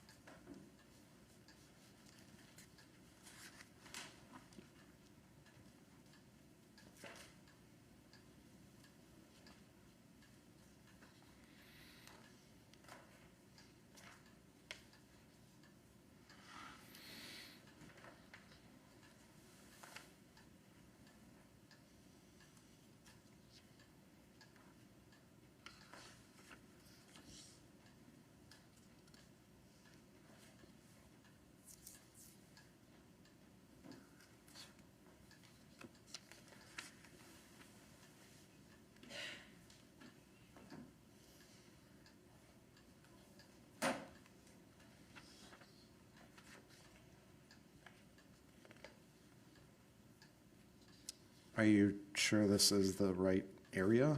Is this where it is? You're welcome to look through the entire transcript, sir, if you want to find it. I mean, I'm sure my attorneys know.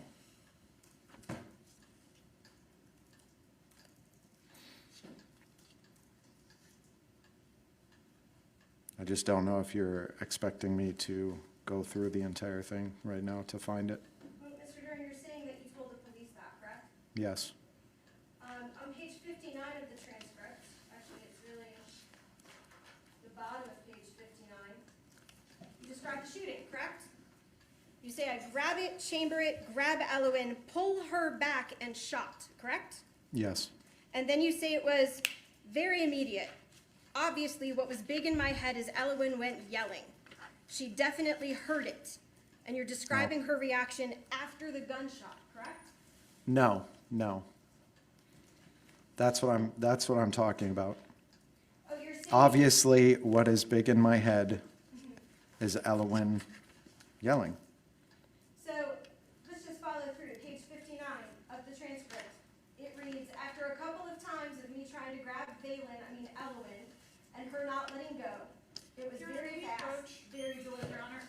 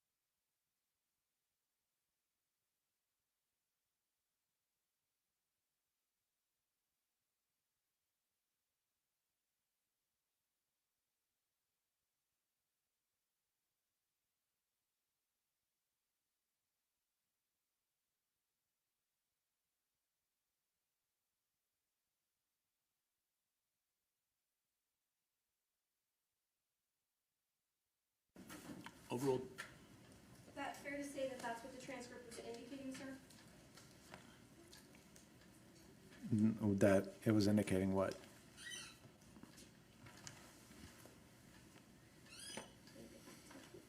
$59. So you're talking to the police in your statement about shooting Caitlyn, correct? Yes. You describe the shooting of Caitlyn. Yes. And then you say, after you shot, Elowen went to yelling. No.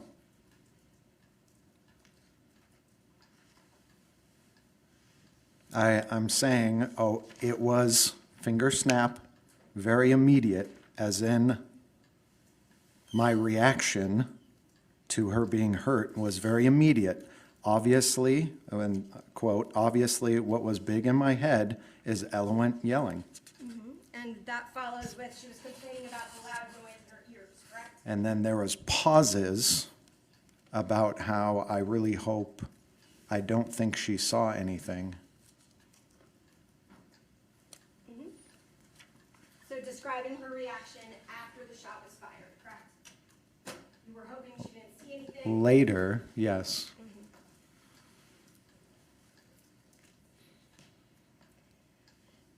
At no time during the interview did you tell the police that you had killed Caitlyn because she was going to be kidnapping Elowen, correct? I had suspicions, but I didn't know of any specific plan, no. And you didn't tell the police about those suspicions that she was going to kidnap Elowen, correct? The point of me talking about the previous situation with Valen in Nevada, that was part of that, me explaining that. At no time did you tell the police that at the moment right before you shot Caitlyn, that Elowen was being hurt by Caitlyn, correct? I did. You told the police that Caitlyn had Elowen in a bear hug, correct? Yes. That Elowen was crying, possibly because you were arguing, correct? I said because she was being hurt and because of the arguing prior to. You said because Caitlyn was holding her tightly, correct?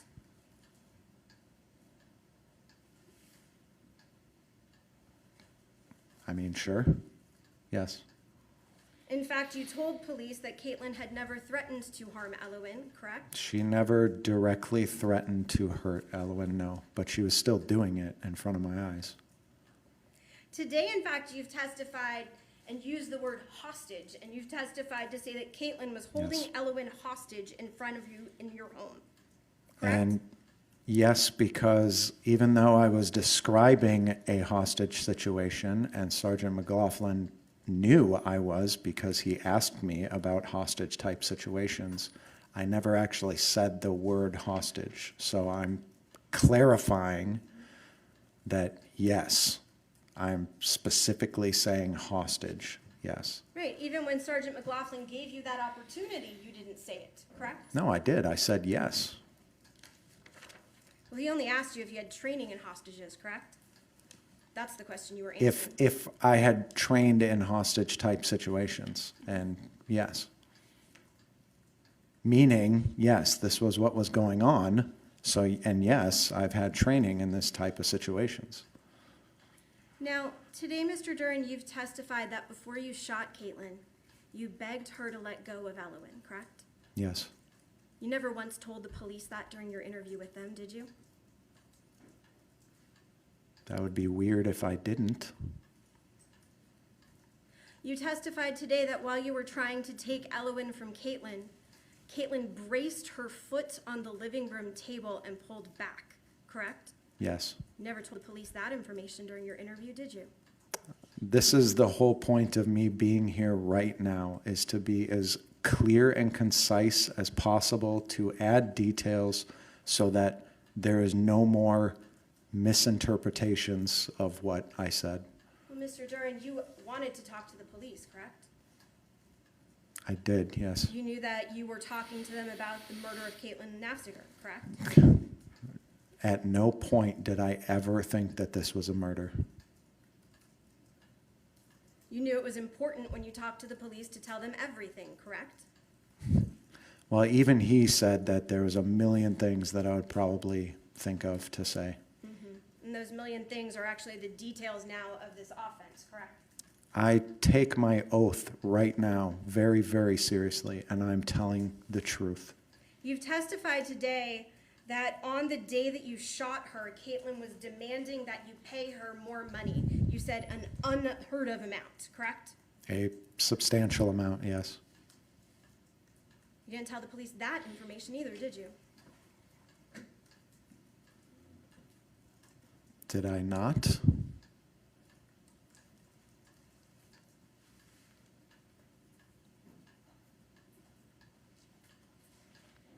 I mean, I was certainly talking about her threatening. I guess I don't directly recall if I said if it was specifically about money or not. When we But say threatening, you mean her threat to call the police and take the kids, correct? yes,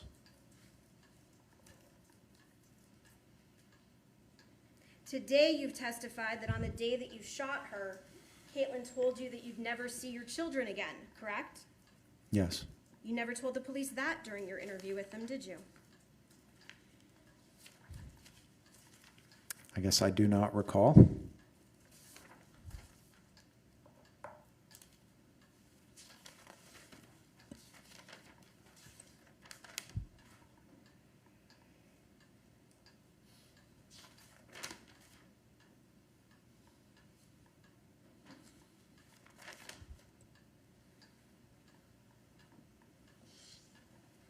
In fact, you told the police about that money situation that Caitlyn, on the day before you shot her, said that she told you you needed, and I don't know how to phrase this, so give me 1 second, that Caitlyn told you that you needed to sell your car to give her the money from that sale, correct? Oh, are you talking that That day? that day? Yes. Yes, yes, if I couldn't get her that money, that then I needed to sell my car and give her the money from the car. You didn't tell the police that information either, did you? Again, the purpose of me being here is to be as clear and concise and give every detail that I can possibly give so that there cannot be any more misinterpretations. Well, one moment, Your Honor. Yes.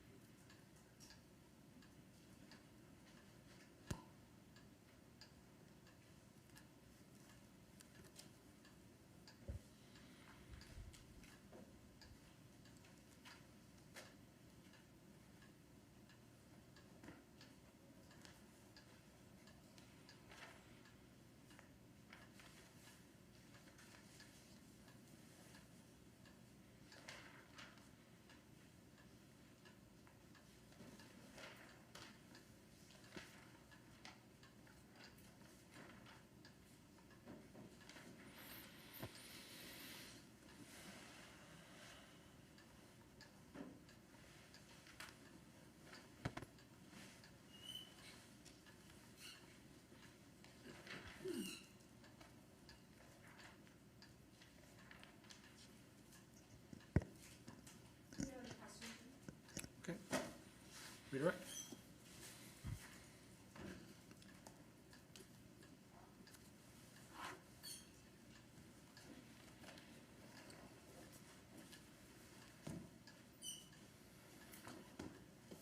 So the state just tried to claim that you didn't tell the police that she was threatening to take the kids away, right? Yes, they just yes. asked you? And you just said, did I not, question mark?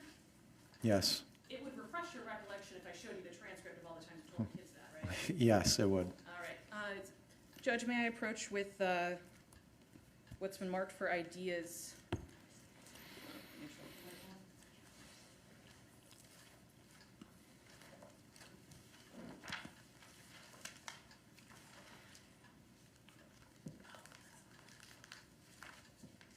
With what's been marked for ideas states 32. Yes. Page 57.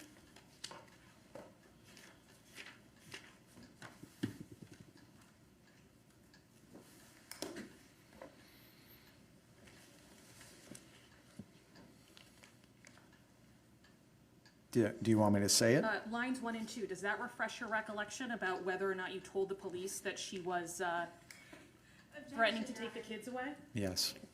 Okay. What Your did you, Honor, if I can just object that refreshing recollection, Your Honor, the defendant did not indicate he did not recall. he said, but didn't I? Did I not? Was his answer to your question. Counsel approach. Sure.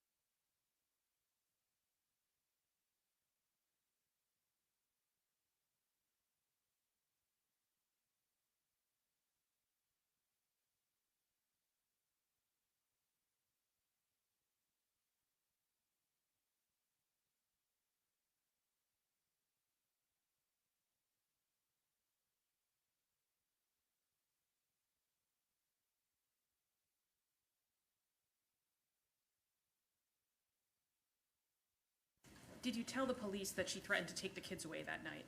Yes. Do you know how many times you told the police that? I don't know how many times, no. Would it refresh your recollection if I showed you the transcript? Yes, it would.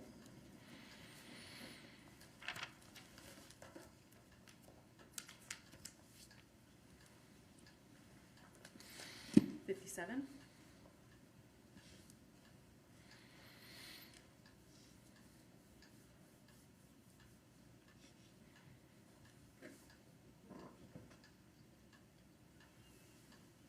Take a look at page 58.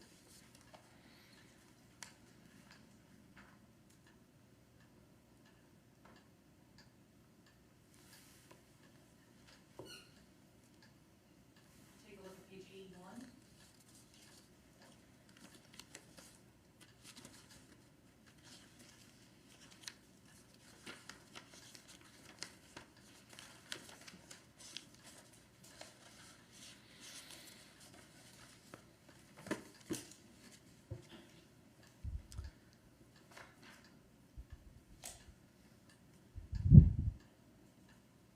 See if it's there multiple times on page 81. Yes.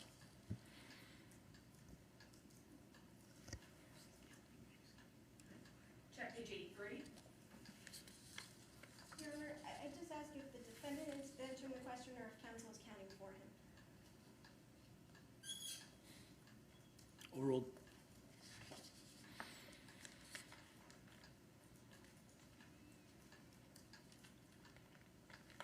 I'm sorry, did you say 83? I did say 83.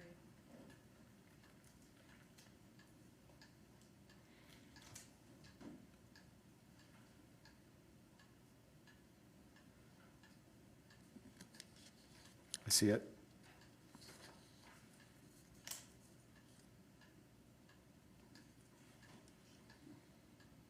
And so we can't be sure, it's a long transcript. At least how many times did you tell the police? At least 5 times. At least 5 times? And did the police indicate to you that they thought that that was what you had said? Yes.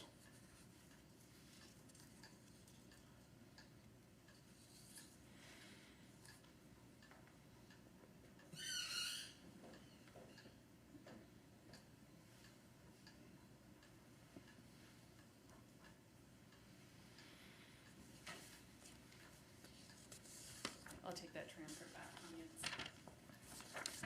You best to put it back in order if you can. Yeah.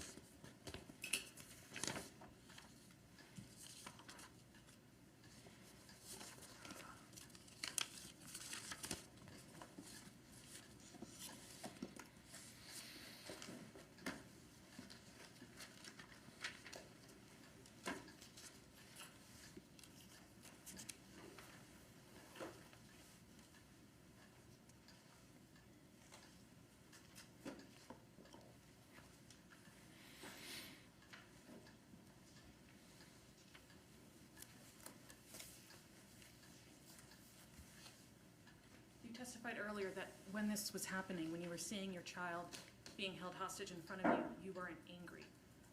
Were you afraid? Absolutely.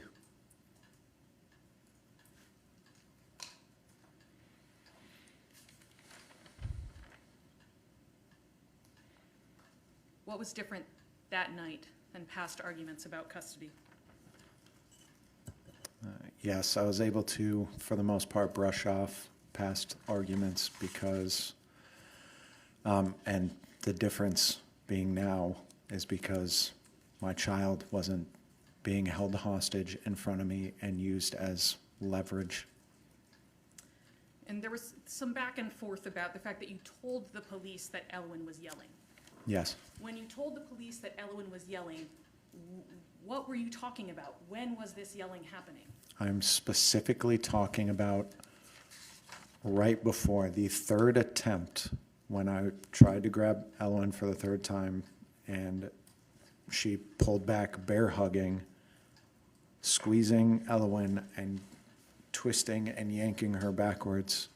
That yelling. And the state interrupted you once or twice when you wanted to clarify why this happened. But I think you said ultimately The goal was to eliminate a threat who was holding my child hostage in front of me and hurting her. Is that accurate? Yes, yes, it is. That's all I have right now. Recross. Very briefly, Mr. Duren, the last question the state asked you, the one that council has just gone in and had you count inside of the transcript, let me ask you again. You testified today that Caitlyn told you before you shot her that you would never see your children again. Is that your testimony today? Yes, And that is something you never told the police, correct? that specific sentence, maybe not. It's not what was on page 57 or page 58, correct? That you just looked at with council. Okay, It's not on page 81 or 83, correct? okay, Is that a yes, sir? yes, Because you never told the police that Caitlyn made such a threat that day, correct? if you are insinuating that I'm lying right now, that is not true. I am here clarifying, being as clear and concise as I possibly can be. No other questions? Okay. Can Mr. Duren step down? Yes, Your Honor. Okay.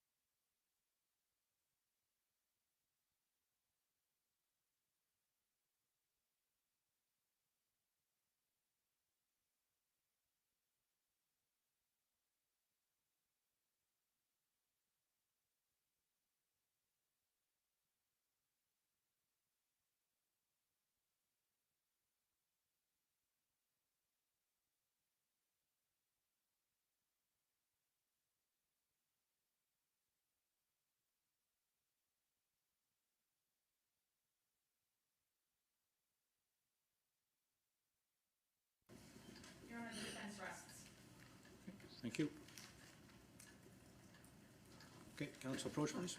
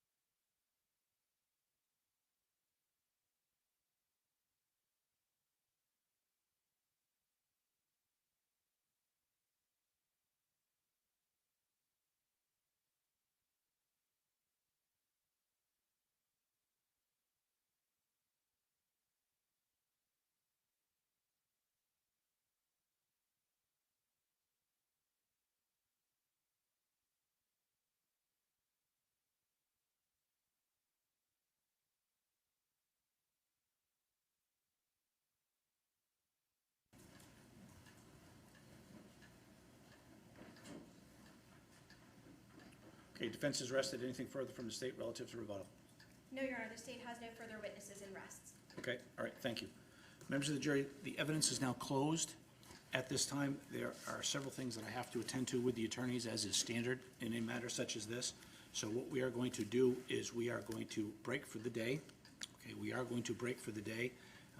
You'll be dismissed for purposes of today and to return at 9 o'clock tomorrow.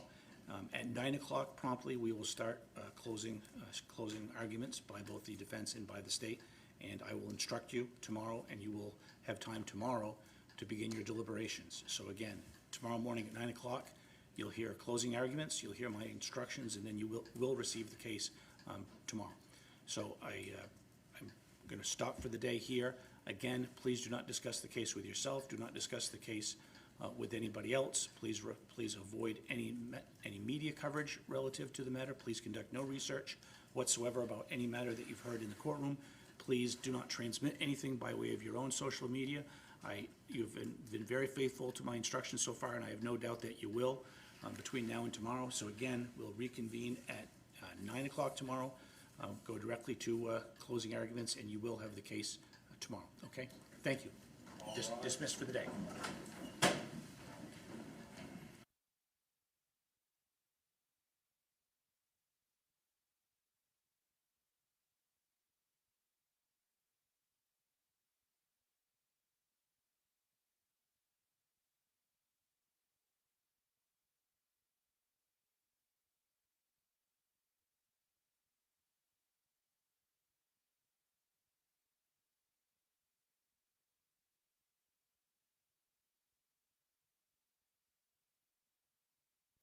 To court and be in recess until 1 o'clock. Thank you.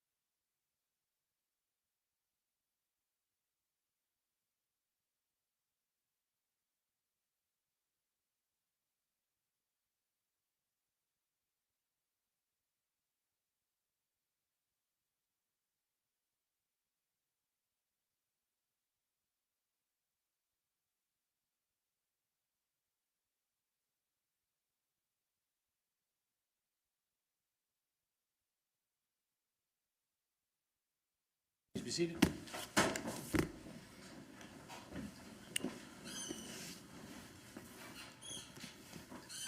Okay, good afternoon. We are here outside the presence of the jury. The jury has been dismissed for the day to review jury instructions. Attorney Keene, before lunch, before we broke, you did make a motion. Would you like to state that further on the record? Yes, Your Honor, just briefly, thank you. I'm moving to dismiss all 4 charges for insufficiency of the evidence, even when viewing the evidence in the light most favorable to the state, no rational trier of fact could find beyond a reasonable doubt that the state's presented sufficient evidence to overcome their burden of disproving defense of others with respect to all the charges. Specifically, and I'm looking at paragraph 2 of physical force in defense of a person, 627:4, subparagraphs B, C, and D. We concede that A is not applicable, but B, C, and D, based on the evidence presented, are all applicable. Specifically, a person is justified in using deadly force upon another person when he reasonably believes that such other person, B, is likely to use any unlawful force against a person present while committing or attempting to commit a burglary. And that would be the evidence here that Caitlyn was restraining Ellen, using unlawful force against her, and not leaving the home when Dustin was telling her to, because her purpose was either to kidnap the child, interfere with custody and bring her across state lines, commit theft by extortion, or theft by deception. And that would be the facts related to her coming to the apartments, overstaying her welcome, demanding money, making threats that she's going to take the kids and never, and Dustin will never see them again. Excuse me. C is committing or about to commit a kidnapping.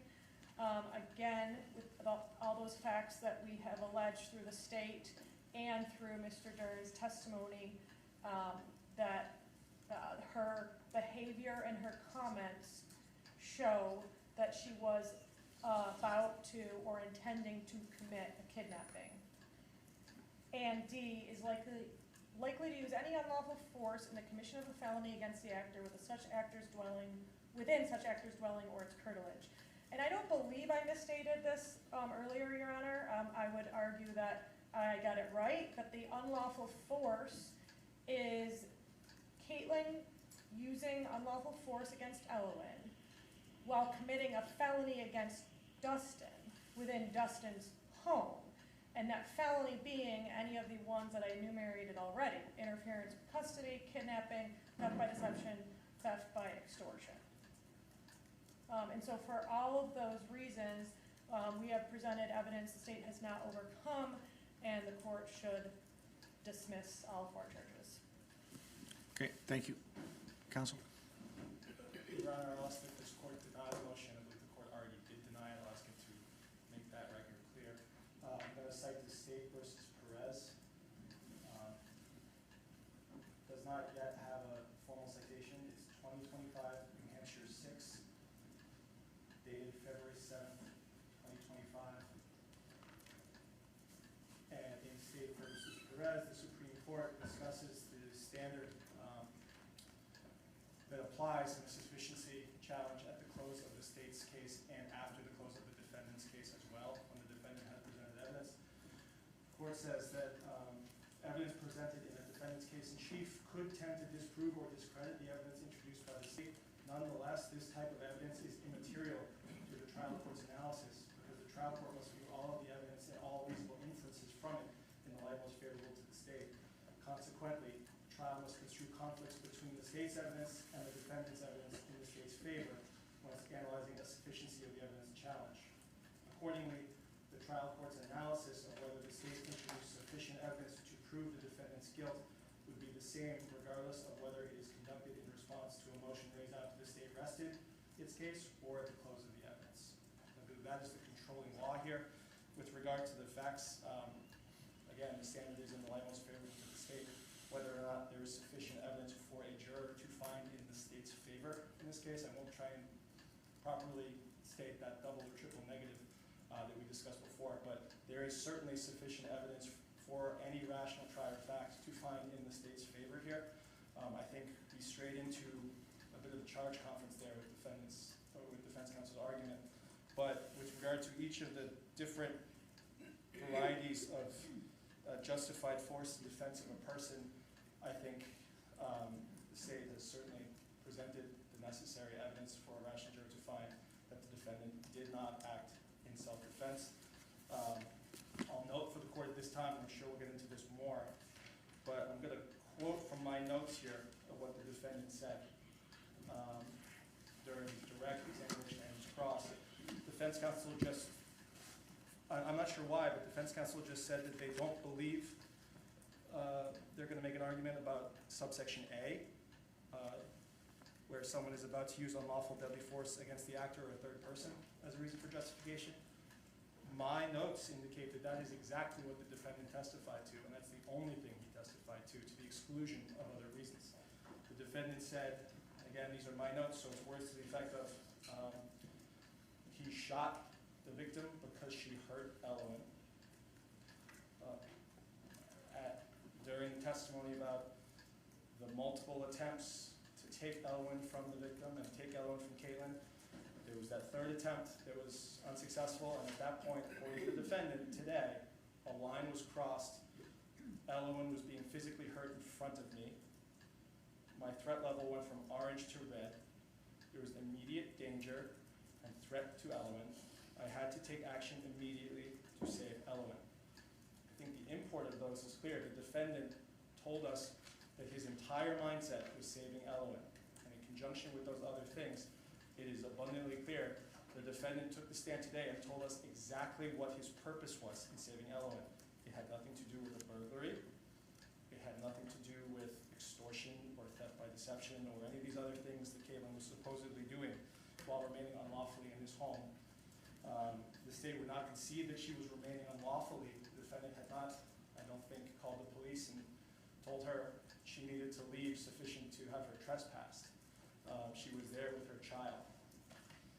So we wouldn't concede that she was remaining unlawfully, although the defendant certainly testified that he wanted her out of the apartment.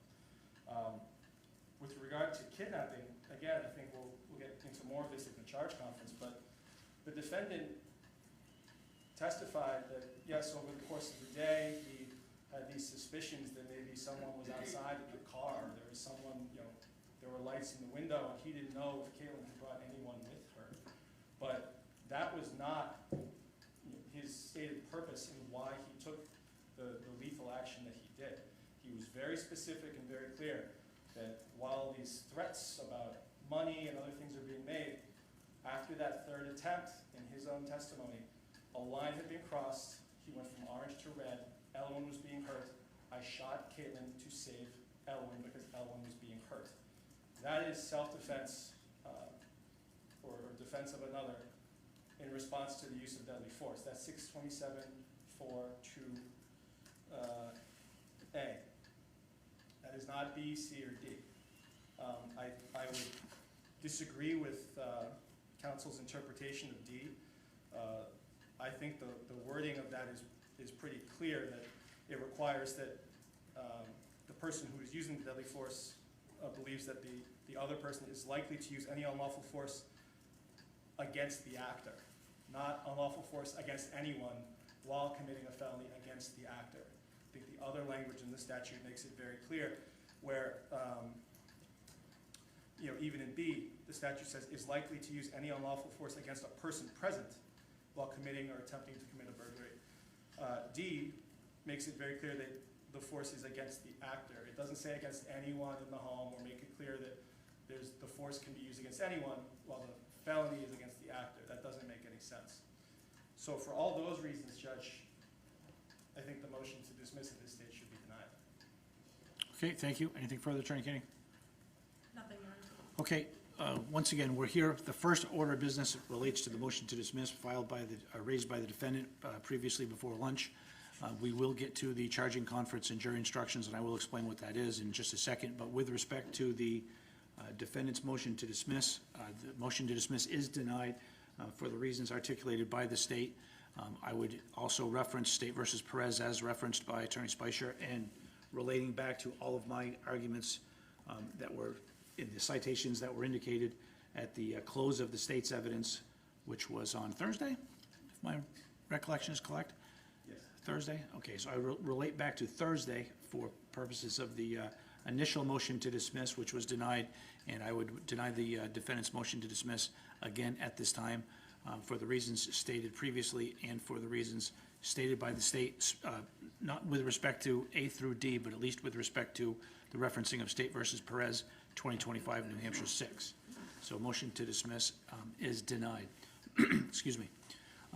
Now, with respect to jury instructions, for those who may not be familiar with this process, those other than counsel who may not be familiar with this process, sometimes this is referred to as a charging conference.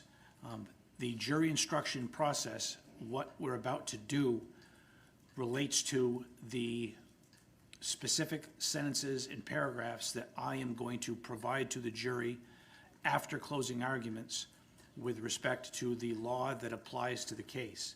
This is the opportunity for counsel for both sides to describe and argue on behalf of their side what law should apply, what law I should give the jury as it relates to the instructions that are given to the jury. The jury instruction booklet that typically is used is a large 3-ring binder, and what we do in this process is we narrow that down to say what does the jury need to decide as part of this process.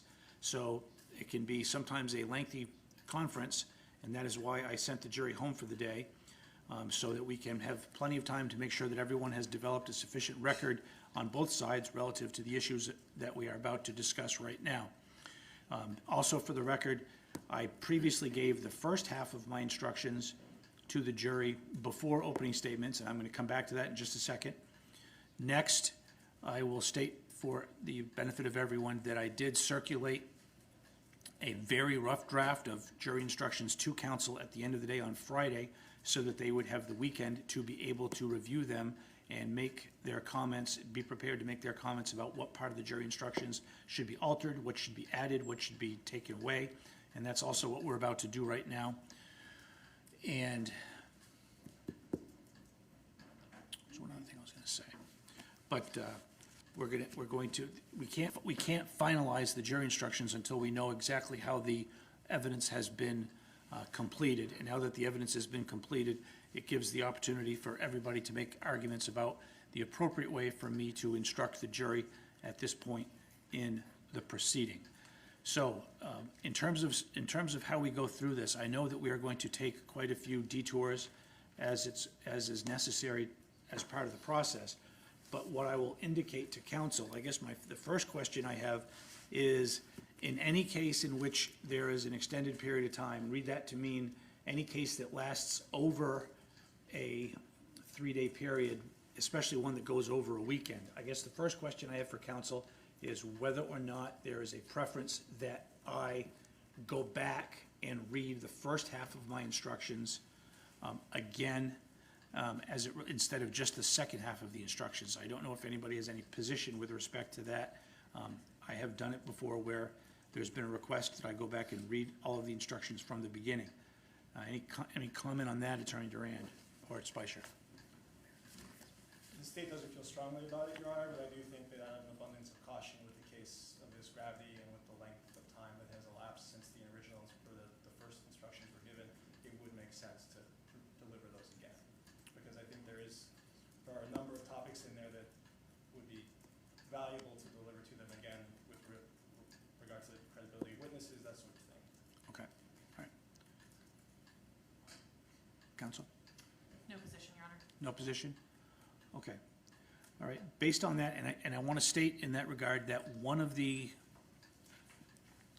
dangers in doing that, of course, is that if they are going to place special emphasis on the part that they heard before, however, I think that risk is mitigated by virtue of the fact that it does contain, there's typical language in there that says, please do not single out any instruction for any special emphasis. So the fact that they're hearing a portion of it a second time, that risk is mitigated or ameliorated by virtue of the fact that there's a separate instruction saying, please do not place special emphasis on any one instruction.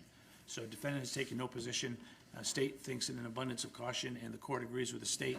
I will read the entire amount of the jury instructions from scratch. I realize that they are lengthy, however, I do think in this case it is important. It just dawned on me what I forgot to say to those who have not been through this process before. So I'm taking one step back. The other reason why we do this, of course, is because counsel, experienced and competent counsel on both sides, want to be able to frame their closing arguments based upon the law that I'm going to give to the jury. So in other words, when they prepare their closing arguments, it is of great benefit and necessary for them to know what the law is going to be, how I'm going to instruct the jury, so that they can tailor their closing arguments to the instructions that I'm going to give. So closing arguments will come first, jury instructions second, but we're talking about the jury instructions now so that the closing arguments for both sides can appropriately be tailored to fit those instructions that they're going to hear after the closing arguments. So once again, that is why we're having this particular conference at this time. Okay, next order of business with respect to the draft that I circulated. First, the copy I circulated should have page 10. Any issue with respect to page 10, counsel?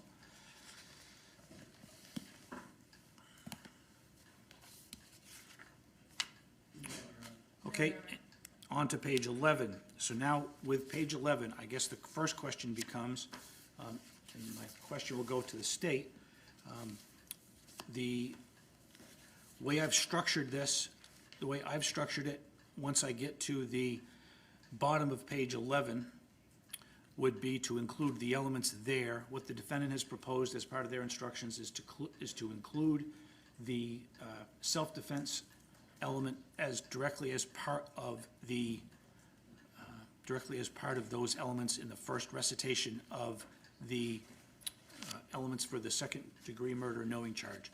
State's position with respect to the defendant's structural argument to place the defense of others element into page 11 and 12. Attorney Spicer. Your Honor, just to be clear, are you referring to including the defendant did not act in self-defense as an element? Or are you referring to including the larger body of self-defense instructions at this point? And that's whether we say self-defense or whether we say defense of another. Do I include that element, assuming that I give it, which I know we're going to argue about here in a second, but is that structurally, do you have an objection to structurally me putting it in there, not relative to factual support, but relative to the structural component, the architecture of the instruction, so to speak? And again, Judge, just so I'm clear, when you refer to the architecture, are you referring to the greater amount of instructions on self-defense generally, and whatever versions that you might find appropriate, or are you referring to adding an element to each charge? Do I understand your question completely? Do I adopt what Attorney Keene proposed? Well, I guess I'll address both. Yeah. In my experience, I think there's no wrong way to do it. I do think it makes more sense logically and structurally to get into the elements of the offense first and then self-defense afterwards. So here's what the elements of secondary murder knowing are, reckless in each charge, and then self-defense afterwards. That mirrors, I think, the way the case comes in with the state's case and then the defense's case. I don't have any case law for Your Honor on whether or not there's a right way to do that. So I guess the state's position is that if it were up to us, we would propose charges first, or elements of each charge and each offense first, and then self-defense afterwards. With regard to whether or not there should be, second-degree murder, the elements are cause of death of another, do so knowingly, and then number 3, not act in self-defense, if the court finds that's appropriate. I think the case law says that there's either way is appropriate. There's case law that makes very clear that a court's choosing to instruct just on the elements of each offense and then instruct generally on self-defense and make it clear during that general instruction that self-defense instruction applies to all charges. That is satisfactory. That is not erroneous or in any way legally problematic. I know it's been done both ways. Adding an element is not legally incorrect. So I mean, I think the state was satisfied with the structure that Your Honor had in the rough draft, I don't think defense's interpretation on that, either of those two topics is wrong. Okay. That's what I would say. Okay. Judge, I think the case law, while it says it's not reversible error not to add as an element, the case law is clear that the court should add as an element. So I'm going to read from State versus DuPont, 165, New Hampshire 698. And DuPont references the framework outlined in State versus Soto, 162, New Hampshire 708. So in DuPont, they say, here then, it is enough to say that when the defendant is entitled to a specific instruction on both provocation and self-defense, which I understand that's not necessarily where we are here, trial courts should add disproving self-defense as an additional element of the offense that the state must prove beyond a reasonable doubt. So I think that the Supreme Court has indicated a clear preference. I think the reason for that is that it is the clearest and fairest way to instruct the jury. I think it becomes much more confusing to address self-defense kind of abstractly separately from the elements of the charged offense. The law is clear that when there is some evidence of self-defense or defense of others submitted, the failure to act in self-defense becomes an element the state must prove. And so the court should instruct that it is an element the state must prove in accordance with the settled law in State versus DuPont. Okay, all right, thank you. Anything further? No. Okay. All right, and so let's go right there, Attorney Kettles, with respect to, let's assume that I'm going to grant your structural argument as it relates to where the elements apply. Okay? Let's assume that I'm going to grant that where it should apply. So tell me, with respect to second-degree murder, knowing how you want the proposal, let me find it, that I've received from you or from Attorney Keene. The one that I received indicated that the defendant did not act in defense of another. Yes, Judge, and so just to make it clear, we did essentially start at the bottom of page 11 and submit an entire version on Sunday, which I trust the court received. Which I have, B, which I thank you for, and I'm following right along. Thank you.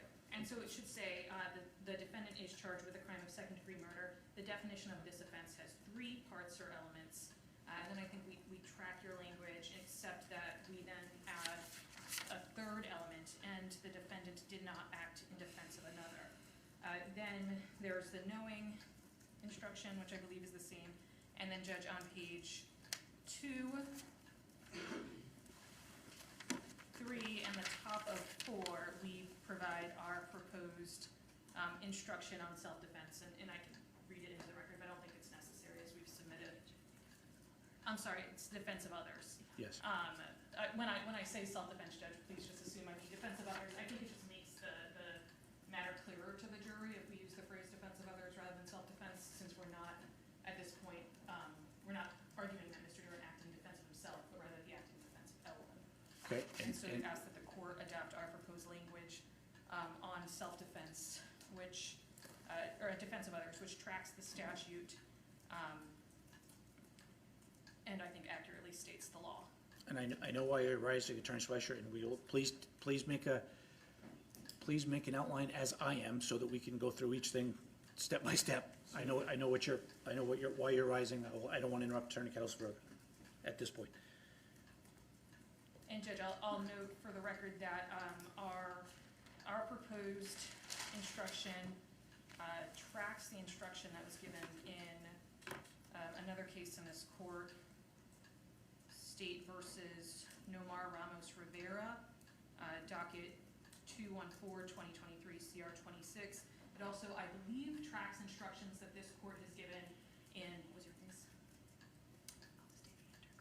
Green. State v. Hunter Green. And then another case that Attorney Harding told me about but didn't tell me the name of. So I'm sorry that that's not very helpful, but Koval. perhaps the court remembers. Koval.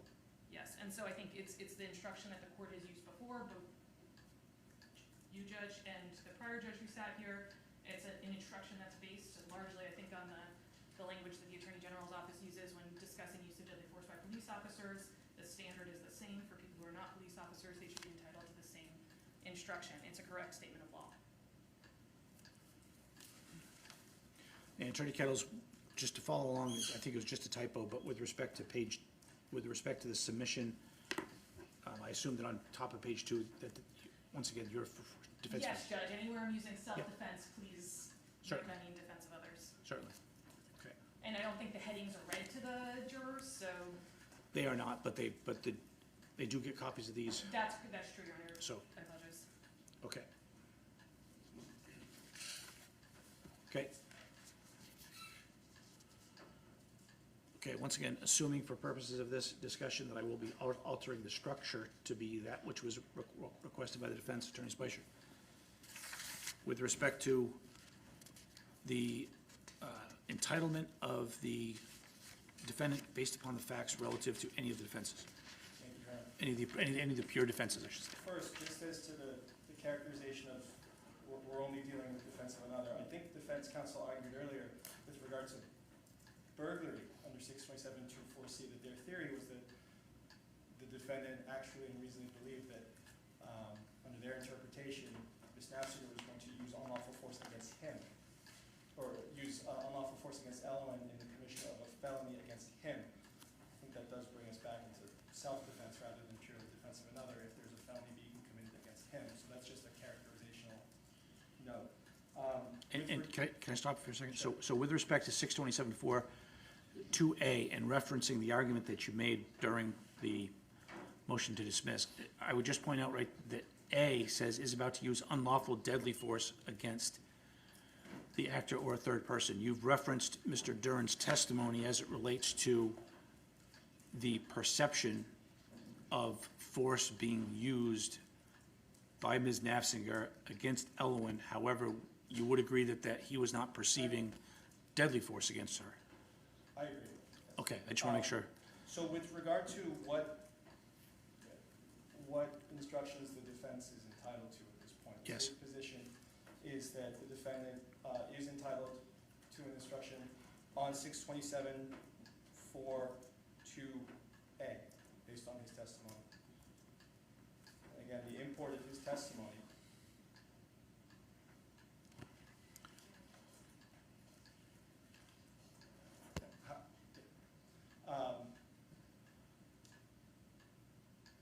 So first, Your Honor, I'll try to structure this. With regard to B, C, and D in 627-4, those subsections, the state believes that the defendant has not shown, and there is no evidence sufficient to meet even the low bar for a jury instruction.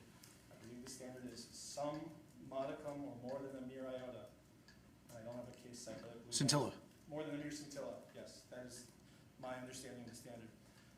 The defendant took the stand and told us exactly what his mindset was. He used those phrases that I quoted, and again, those are from my notes, but he said, in response to a question on cross-examination, he agreed that he shot the victim because she hurt Elwin. And that is the import of all of his statements. While the defendant certainly testified that over the course of that day, leading up to the murder, he had in his mind some suspicions about things that were going on, and that Ms. Naffziger was making threats against him and asking him for money and telling him that if he did not provide her with money or did not sell his car, she would do certain things or call the police or take his children away from him. His testimony is very clear that when it came to the point that he is trying to get everyone into the car so he can drive them all back to Hampton, he is attempting to remove Elwin from Ms. Naffziger's arms. She refuses. There are multiple attempts, and after the third attempt, he told the court and the jury that the line was crossed. Elwin was being physically hurt in front of me. The threat level went from orange to red, and I perceived an immediate danger or threat to Elwin, and I had to take action immediately to save Elwin. That is why he acted. He did not act, I think it is clear, by omission in his testimony. He did not act because he believed that Caitlyn was in the process of, was committing or about to commit a burglary by committing any other crime while remaining unlawfully in his home. I think that is imputing an intent to Ms. Naffziger that is not present. We don't have any specific testimony or evidence about whether or not Ms. Naffziger remained unlawfully in the home with the purpose to commit a burglary by committing any predicate crime. But I certainly don't think that that standard has been satisfied for purposes of a jury instruction particularly in light of the defendant's testimony. With regard to C, kidnapping, I know that there's been a lot of litigation about this, but while the defendant said today that he believed, or that there was some suspicion in his mind that Ms. Naffziger was going to kidnap the children, that's not what he told the police in his statement, and it's also not what he said today about why he actually committed the killing, why he pulled the trigger. Yes, he had these suspicions, but he called them really just suspicions. In that vein, Your Honor, I think the state of the evidence, as according to the defendant, is important to take into account here. At the time the defendant pulled the trigger, by his own account, Ms. Naffziger was sitting on the couch. The crime scene photos tell us that she had one foot up on the table. She was not wearing any shoes. The defendant, by his own admission, was between her and any knives that were in the apartment. He was between her and the doorways. She could not exit without going through him. She was unarmed. She had not threatened to hurt him or to hurt Ellen or to hurt Valen. Given all of those things, and what I have referenced multiple times now about the defendant telling us what his entire mindset was, there's no evidence that he killed Ms. Naffziger because he actually or reasonably believed that she was committing or about to commit a kidnapping. The moment in time that matters here is the time that he pulls the trigger. And at that moment, for him to merit a jury instruction on kidnapping and self-defense, he had to actually believe that she was committing or about to commit a kidnapping, and that belief has to be reasonable. And that's not what his testimony was, and it's not reasonable. There's not even a mere scintilla of evidence that would support that that's a reasonable belief if he held it. And his own testimony here today has told us that he did not. I think the same argument applies to subsection D about whether or not the defendant actually and reasonably believed that Ms. Naffziger was going to use any unlawful force in the commission of a felony against anyone, him or Ellen, however that statute is construed. The defendant's testimony today and his statement to the police was that Ellen was not, the victim did not threaten to harm anyone. For him to say now, at this stage, that he actually and reasonably believed that there was a likelihood that Ms. Naffziger was going to use unlawful force against either himself or Ellen is just not supported by the evidence, particularly in the commission of whatever felony. The defendant's claim that he believed that there was this kidnapping or that there was interference with custody going on, this other crime that I think will become relevant in a minute, I think is also not supported by the evidence, where for Ms. Naffziger to kidnap her own children, to commit the crime of interference with custody by taking them away or concealing them from the defendant would require her to leave. It would require her to do something other than remain in his apartment holding the child. And there's no evidence that she did anything of that nature. And again, she had no car, she had no bus ticket, no family or friends close by. She was not wearing shoes, she was not dressed for the weather. The defendant's own testimony was that he shot her and he pulled the trigger because she refused to let go of her child. That is not her committing or about to commit a kidnapping. She's not running out the door into a waiting car. She's not taking Ellen and Valen and hopping onto a bus when the defendant's not looking. That's simply not what the testimony is. I'll reference the degree of force jury instruction here as well. The court included it properly in the rough draft. I think it should be there. Obviously, as it should in every case involving self-defense and deadly force. There is no evidence that the defendant actually or reasonably believed that he used only the right amount of force necessary to commit, to act in his own defense. Whether he's doing it to defend Ellen or himself, to defend a kidnapping or otherwise. Ms. Naffziger was wearing no shoes with one foot on the table. She weighs half of what the defendant weighs, or roughly half. She's significantly smaller.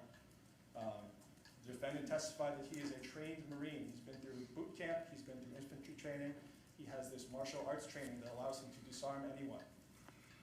His own testimony was that Ms.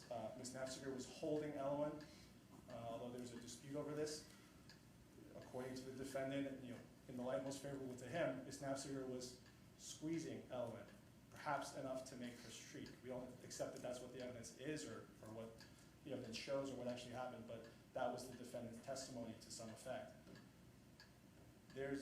By his own admission, Ms. Naffziger was not armed. She did not have access to a deadly weapon at the time that he pulled the trigger because he had the only gun in the apartment. And he said the only knives in the apartment were behind him, some distance away. They were certainly not readily close at hand. He didn't say that. They don't appear anywhere in the crime scene photos. The defendant shot Ms. Naffziger in the head. He is, by his own admission, an expert marksman. He has trained hundreds or thousands of Marines on how to shoot their weapons and how to use those to hit your target and eliminate threats. He testified he didn't shoot Ms. Naffziger in the arm. He didn't shoot her in the leg. He shot her in the head because that was his purpose. He told us today that he absolutely did aim when he fired his gun. So I think the import is very clear. It was his clear intent that he executed to shoot Ms. Naffziger through the side of the head where her hair was covering the side of her head. That is not proportional, and there's no evidence that was only the degree of force that was necessary. There's no evidence that any rational juror or trier of fact could find that. So I don't think the defendant has met the bar or satisfied their burden to obtain a jury instruction on self-defense under any of these varieties. While I am making this rather lengthy argument, Judge, I'll just state, I think to wrap up, if the court is inclined to give an instruction on self-defense in the kidnapping version, it should be specific and it should include a definition of what kidnapping is. The defense has not supplied a definition of what kidnapping is, although they argue that it is not the definition that's contained in 633.1. I think they have rather pointedly not defined it. And I don't think it is appropriate for this court to leave that open-ended and essentially allow the defendant to define his own version of self-defense in the kidnapping version. If the court is inclined to give a self-defense instruction relative to kidnapping in 627.4.2c, we think that the court should instruct the jury what kidnapping is and what it is not. That kidnapping is, and I think we'll reference the statutory definition, that a person commits the crime of kidnapping if the person confines another under their control, the person does so knowingly and acted with a purpose to hold the person for ransom or as a hostage, avoid apprehension by a law enforcement official, terrorize the person confined or some other person, or commit an offense against the person confined. And again, it's our position that the defendant has not satisfied any of these, given the testimony and the state of the evidence. If the court does instruct on the kidnapping self-defense variety, we also think the court should make clear what kidnapping is not. And that relates to interference with custody and 633.1-A. The court has the legislature has specifically laid out what kidnapping is and what it is not in terms of a parent and their child who is related by blood.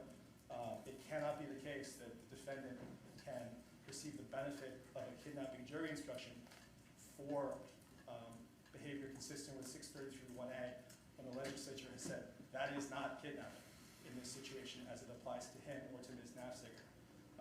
He certainly can't obtain the benefit of that when the law clearly says that he is not entitled to it. And I think it's important that the jury know that to prevent some sort of issue with specific unanimity or failure to agree on a specific definition of what kidnapping is. I think I'll stop there. Once again, thank you, Attorney Special. Once again, with respect to 627.4.2a, I think that there was one point where you argued that the defendant was entitled to that instruction in one place where. I misspoke, Your Honor. I think that's what the defendant testified regarding, but given the degree of force issue and the proportionality of force and the state of the evidence with regard to that, I don't think he's entitled to that or any other. So the reason why 627.4.2a would not apply relates to the amount of force. Correct. Okay. Bringing a gun to a fist fight, so to speak. Understood. Okay. Understood. All right. So from my perspective, and we'll get further relative to the kidnapping issue in a second, but Attorney Kettles, with respect to, I don't think there's any issue with respect to A, correct? correct, Judge. So- We're arguing that. B through D? Yes, B through D. Okay. And Judge, the state has pulled a single piece of evidence out of context to rely on, but I think the overall comport of the evidence is clear.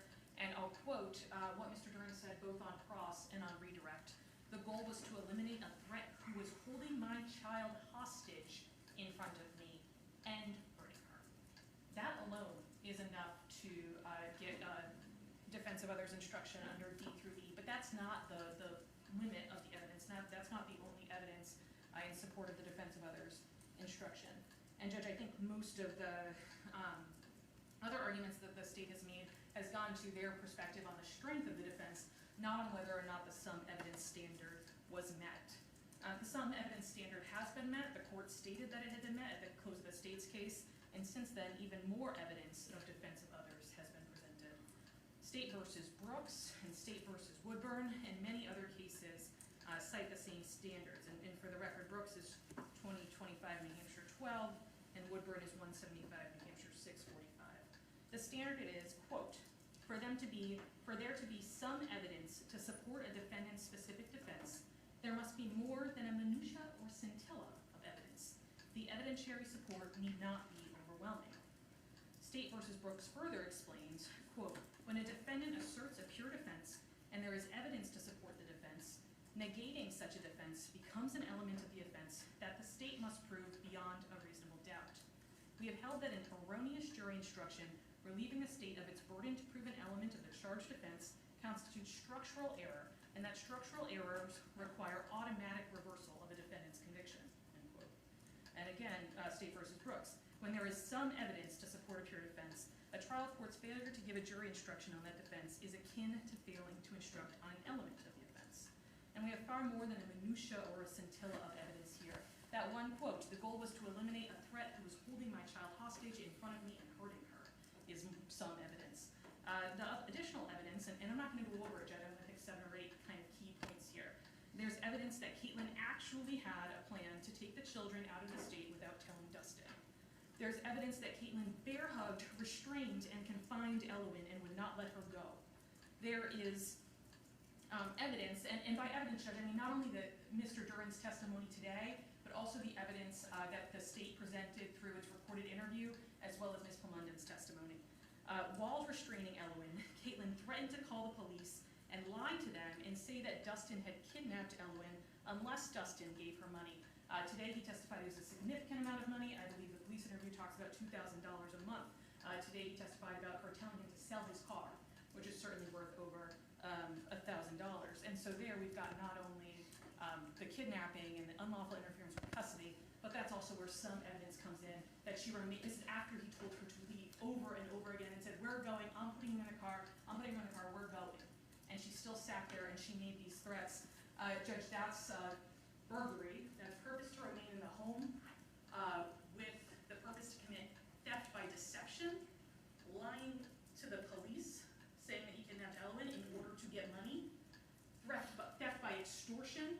If you don't give me money, I'm going to take your kids away and you'll never see them again. That is felony level unlawful interference with custody, trying to take the kids out of the state. It's a felony against Mr. Duren, and it's also burglary, purpose to remain in the home with a purpose to commit stalking, harassment, and a number of other offenses.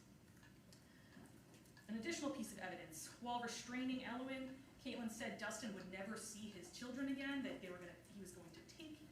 she was going to take them from him. Another piece of evidence, some evidence in support of this instruction, Caitlyn pulled and yanked back on Elwyn forcefully enough for her to scream in pain. I think the evidence has been clear that Dustin shot Caitlyn because she was doing these things. He has described this entire situation as being very intense, very chaotic. All of this stuff kind of building up to the moment when the line had been crossed, right, where his goal was to eliminate the threat who was holding his child hostage and who was hurting her. The fact that that's the moment at which he acts doesn't mean he's not acting because of all the other stuff that's happening. He's acting because of everything in combination, and that's the moment at which he can no longer just do this tug of war, right? He has to take further action, proportional action, because of the pain that's caused to the child. That doesn't mean he's not acting for these other reasons. And I think the testimony has also been that Dustin shot Caitlyn while she was still holding Evelyn. So while she was still restraining her, holding her hostage, about to commit a kidnapping, committing a burglary with the purpose to commit all these other crimes, and using unlawful force while doing so. Dustin's belief was reasonable. It was correct. She had a plan to kidnap the kids. His belief that she was going to do so was reasonable. And Judge, I think I've cited unlawful interference with custody, false imprisonment, and false report to law enforcement, two other crimes that she remained in the home with the purpose to commit. If I grant you 627.42B, do I have to then define burglary? Judge, And how long is that gonna take? How long is it going to take? Not with respect to the argument, but with respect to the instructions. Yes, I think that, so, from a kidnapping perspective, the case law we supported in our memo, or cited in our memo, State versus McDonald, which I've referenced at prior hearings, which is 163 New Hampshire 115, make it clear that the court cannot limit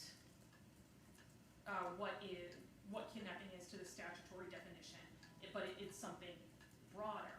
I think that the court could instruct on burglary and on all of these different offenses, and that would correctly state the law to the jury if they added in that the state must prove beyond a reasonable doubt that he was not acting because he reasonably believed that she was about to commit a kidnapping, and the state must prove beyond a reasonable doubt that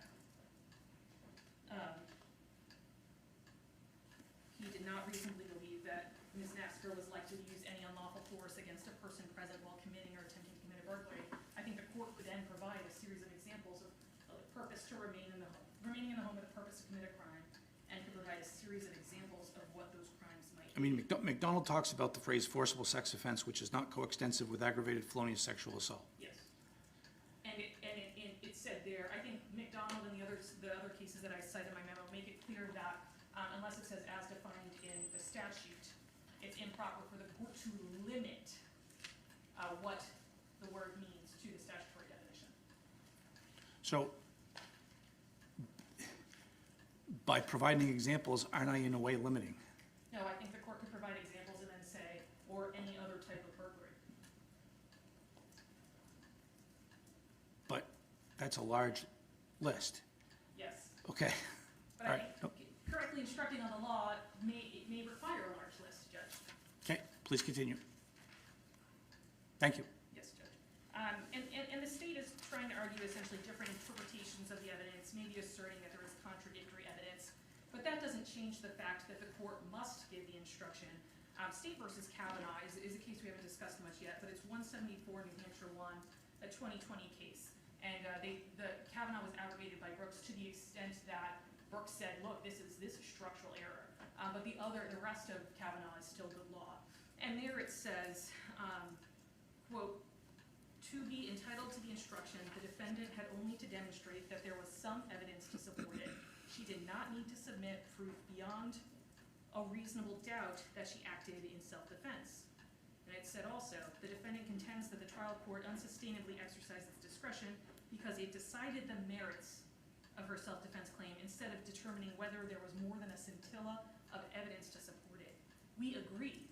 Although the evidence was conflicting, we conclude that there was more than a scintilla to support the defendant's assertion that she acted in self-defense. What the court's asking you to do is basically to decide, or the state's asking you to do, is basically to decide the merits of the claim rather than allowing the jury to do so as it's proper.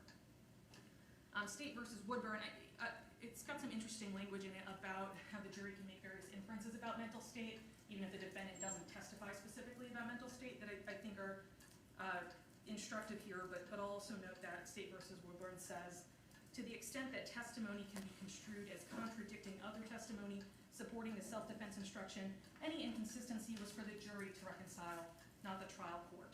And the sum evidence standard does not require that the evidence presented by the defendant be uncontradicted. So Judge, I think we've got far more than a minutiae or scintilla of evidence here for the subsections of 627.4 B through D. And so the court must instruct the jury on defense of others. Okay, with respect to C, my question, Attorney Kettles, with respect to C relates to NUCAS, N-O-U-C-A-S, at 165-146.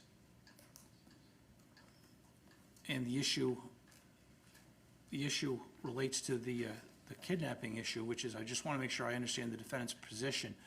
In Nukas, it appears that Judge O'Neill denied the instruction based upon, my phrase is that it wasn't a question of whether there was sufficient evidence, and it wasn't a question of the court making a credibility determination based upon the evidence. Instead, Judge O'Neill was affirmed when he refused to give the instruction in Nukas because it didn't have the legal predicate for it. And I guess that's why, now we're getting to the point of why I asked for the memorandum in the first place, as it relates to the kidnapping issue, and specifically the 633-1A, if I'm doing this from memory, relative to, the question relates to Nukas, and it relates to legally,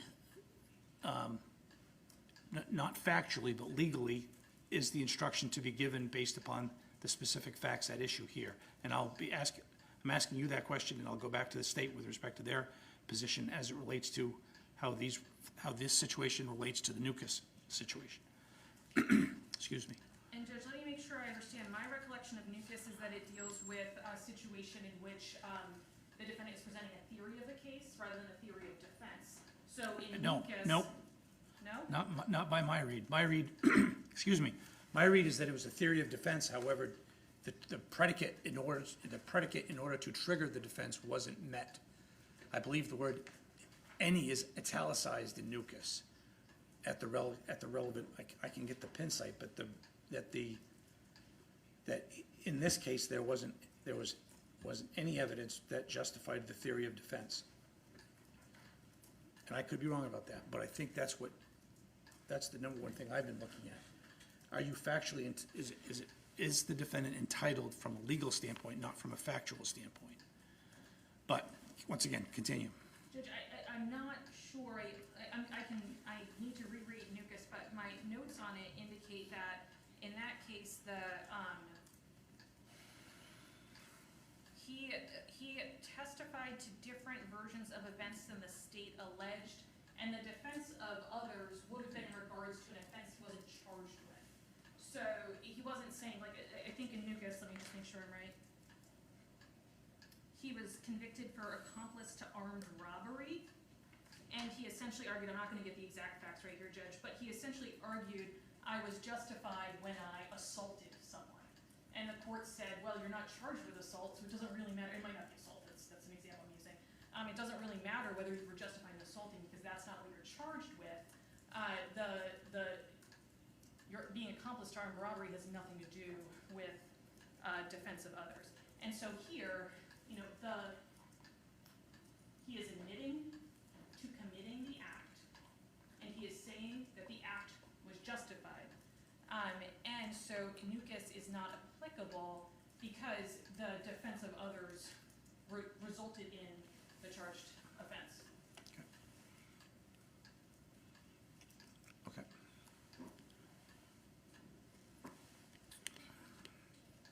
And so, sorry, excuse me. Sorry to make you get up again, Attorney Kettles. Once again, with respect to B through D, under McDonald, you're asking me to use the expressions with respect to B through D from a colloquial sense as opposed to a strict sense? Yes, Judge, as it relates to kidnapping, we're saying that that cannot properly be limited to the elements in 633-1. And I want to be clear, in case there's any dispute, I'm not saying 633-1A applies. I know what the word consanguinity means, but that the court would be improper to limit the jury to considering the elements of 633-1. But you're looking for a colloquial definition as it relates to kidnapping and to burglary? I don't think that there needs to be a definition of the word kidnapping in State versus McDonald. There was no definition of the word forcible sex offense. Correct, but they're using it in terms of I think they used a colloquial, the way in which it's defined, as opposed to a statutory definition. I could be off on the word colloquial.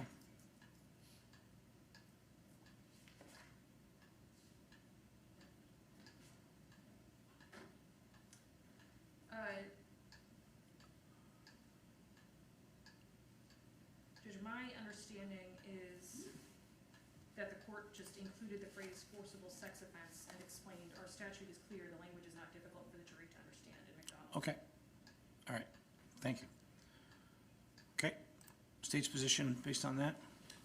Your Honor, I think I'll refer to State versus Davidson, which was cited by the defense and the state, 163, New Hampshire 462.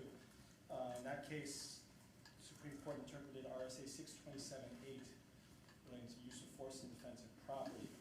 And there, they were concerned with the term unlawful taking, and they ruled that it is not limited to merely theft, quote unquote, as defined by statute. But the import of that is that it was not limited to theft because the term unlawful taking can include other behavior besides the statutory definition of theft, similar to forcible sex offenses, which can include a variety of different offenses. Kidnapping is not one of those. So what the court is saying in these cases is that we're not saying as defined by, because we are talking about a larger category of statutorily defined offenses. In Davidson, they made it quite clear that we're talking about the top of a funnel here, not the bottom of it. And so in this case, 627.42c specifically references kidnapping. 627.42b references burglary. Those are specific words relating to specific crimes that are defined by statute. I don't think it is appropriate, the state does not believe that it is appropriate to leave open the definition of those terms to a colloquial definition, which is inviting the possibility that the jury is going to make a decision on an incorrect definition of those terms. I think that's simply not appropriate, particularly in light of the situation. We're not talking about defining these offenses for purposes of a charge of kidnapping or a charge of burglary. We are talking about doing it in relation to the use of deadly force and whether or not that deadly force is justified. And as we make clear in our pleading, I think it's very clear and not arguable that the use of deadly force in self-defense is only available in certain prescribed circumstances, in a very narrow set of circumstances as defined by the legislature. What the defense is asking is to blow that up and allow the defendant essentially to define or leave open for the jury to sort of just on their own define in a colloquial sense what does kidnapping mean, what does burglary mean. In a situation like this where deadly force is involved, the court should make sure that the jury knows what those terms mean and that they are agreeing on what those terms mean, whatever their verdict might be. And Judge, the state's argument would ask the court to include language the legislature did not see fit to include, and would ignore the clear guidance in State versus Woodbury 172, New Hampshire 358. And the guidance in Woodbury says that when a statute includes the phrase as defined in RSA X, it is a term of art. But when the statute does not include the phrase as defined in, it is not. And so if the legislature wanted to, it could have made a statute that says a person is justified in using deadly force if he reasonably believes that a person is committing or about to commit a kidnapping as defined in RSA 633(1). We know that the legislature knows how to do that because it does so in a number of other statutes, including the one outlined in Woodbury, including 627(8), and a number of other statutes that I've referenced before, the reckless conduct statute, and other portions of the justification statute. The legislature knows how to make something a term of art by saying as defined in a statute, and it chose not to do so here. Okay.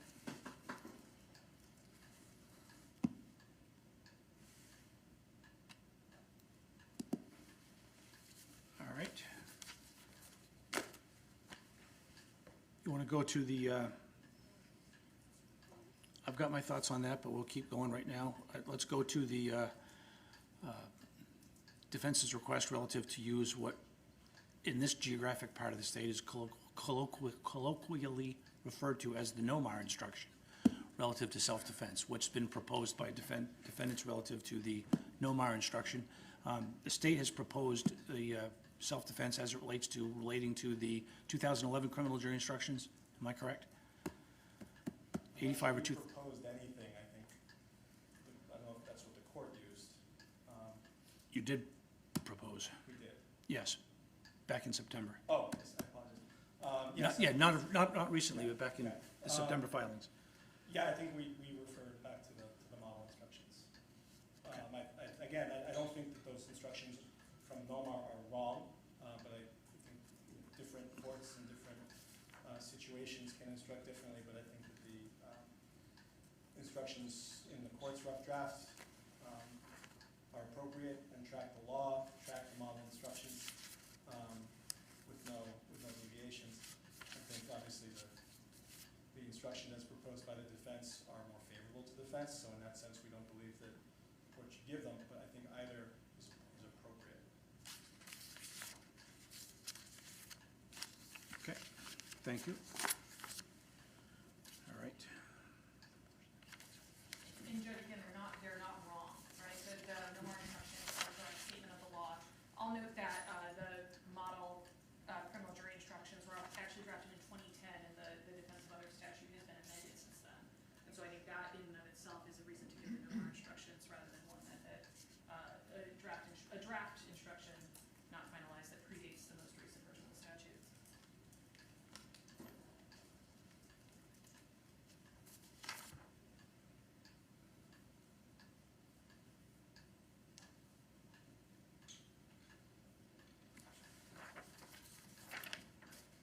Attorney Kettles, if I give the NOMAR instruction, so to speak, what's your position relative to the request from the state to use the degree of force instruction from Etienne? Judge, I would argue that, I have a couple of arguments about Etienne.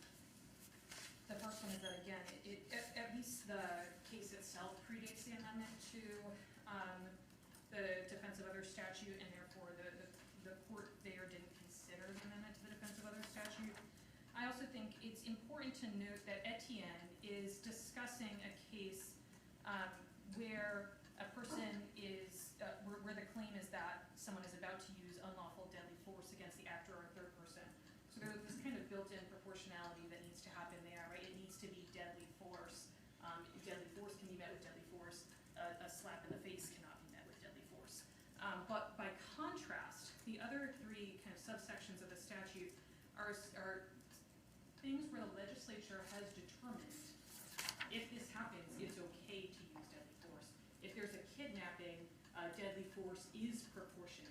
If there's a forcible sex offense, deadly force is proportionate, right? This is very different, this subsection, than the rest. There's no requirement that any force be used at all. And so I don't think that there can be a proportionality assessment when there's no requirement that any force be used at all for the defendant's actions to be justified under the law. And I think that kind of recognizes the split-second decision that someone needs to make when one of these serious, they reasonably believe that one of these serious offenses is about to occur. Okay. Want to proceed to the other two elements? Excuse me, the other two crimes, Attorney Spicer? If I may just touch on the degree of force, Your Honor. Certainly. I certainly don't think it was the legislature's intent to allow the use of deadly force where there is no force used or no degree of deadly force used in any of these other contexts besides the one in 627-4A. In the defense's reading of this, under B, there's a burglary. If I remain in someone's home unlawfully or enter by going into someone's apartment and I tell that person, I'm going to steal your wallet. According to the defense's interpretation of that, if I don't touch them, I don't brandish a weapon, I don't wave a knife in their face, if I just say, I'm staying here, I'm not leaving, and I'm going to take your wallet, they can shoot me in the head. I don't think that comports with the law. There's significant case law on this. Etienne, most of all, cites State versus Mayo as well, 167, New Hampshire 443. Says a person can defend against what he reasonably believes to be the imminent use of unlawful, deadly, or non-deadly force by another, and can use the degree of force that he reasonably believes is necessary for this purpose. I think that's kind of built into the law there, so I'll address that and leave it there. Your Honor, let's move on to what next? I apologize. Is there anything else before we move on to reckless conduct in child endangerment? Anything else anyone wants to say for purposes of the record? No, I don't think so. No, Your Honor. Okay. Okay, I just want to make sure everybody's developed, before I start making rulings on those, I just want to make sure everybody's got their factual record, their record relative to the arguments that have been made. I think the one thing I would add, Your Honor, tapping onto the discussion of whether kidnapping should be left open as a colloquial definition, I think it's important for the court to instruct not only on what kidnapping is, but what it isn't, to avoid a situation where the jury, mistakenly or not, believes that the defendant was acting because he thought Ms. Naffziger was going to take his kids away and take them away to Minnesota, which would legally constitute interference with custody rather than kidnapping, because the children are related to both individuals by blood. Ms. Naffziger could not legally be charged with kidnapping for doing that. I don't think it's acceptable to run the risk that the jury, because of the testimony, mistakenly acts on that and acts on a mistaken understanding of what legal definitions apply here. So if the kidnapping instruction is given, our position is it should not only define what kidnapping is and that the defense should be held to which particular theory of kidnapping under the statute they believe the facts support, but also what kidnapping is not, so that there's no danger that the jury is making its decision on a mistaken interpretation of the law. Okay. Right now it's 2:10, and at some point we'll take a break.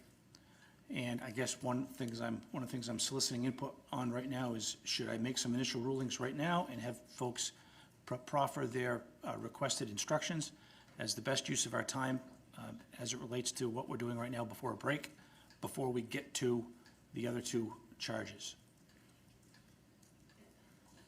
If you understand what I'm saying.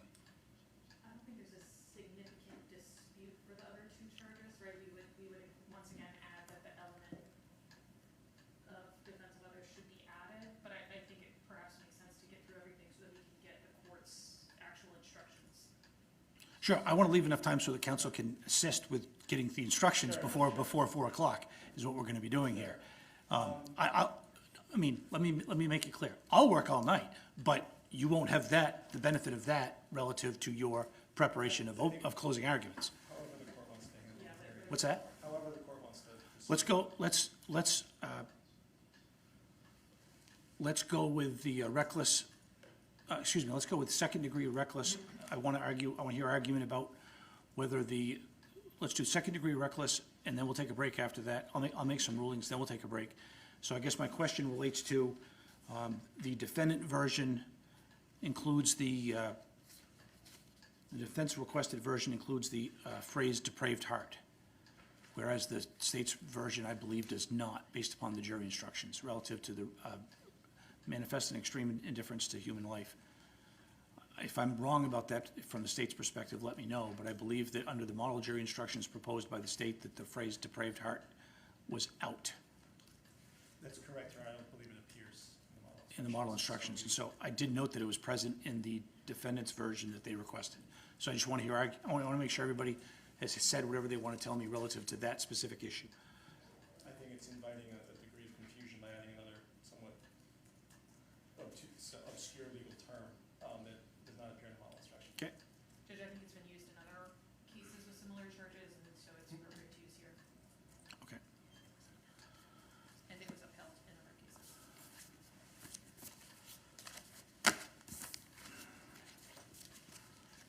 Okay, so once again, Attorney Kettles, going back to the NOMAR instruction, you indicated that your position is that is a correct statement of the law. I understand that it's been used previously, but you also indicated as part of your argument that it had been used relative to justified shootings?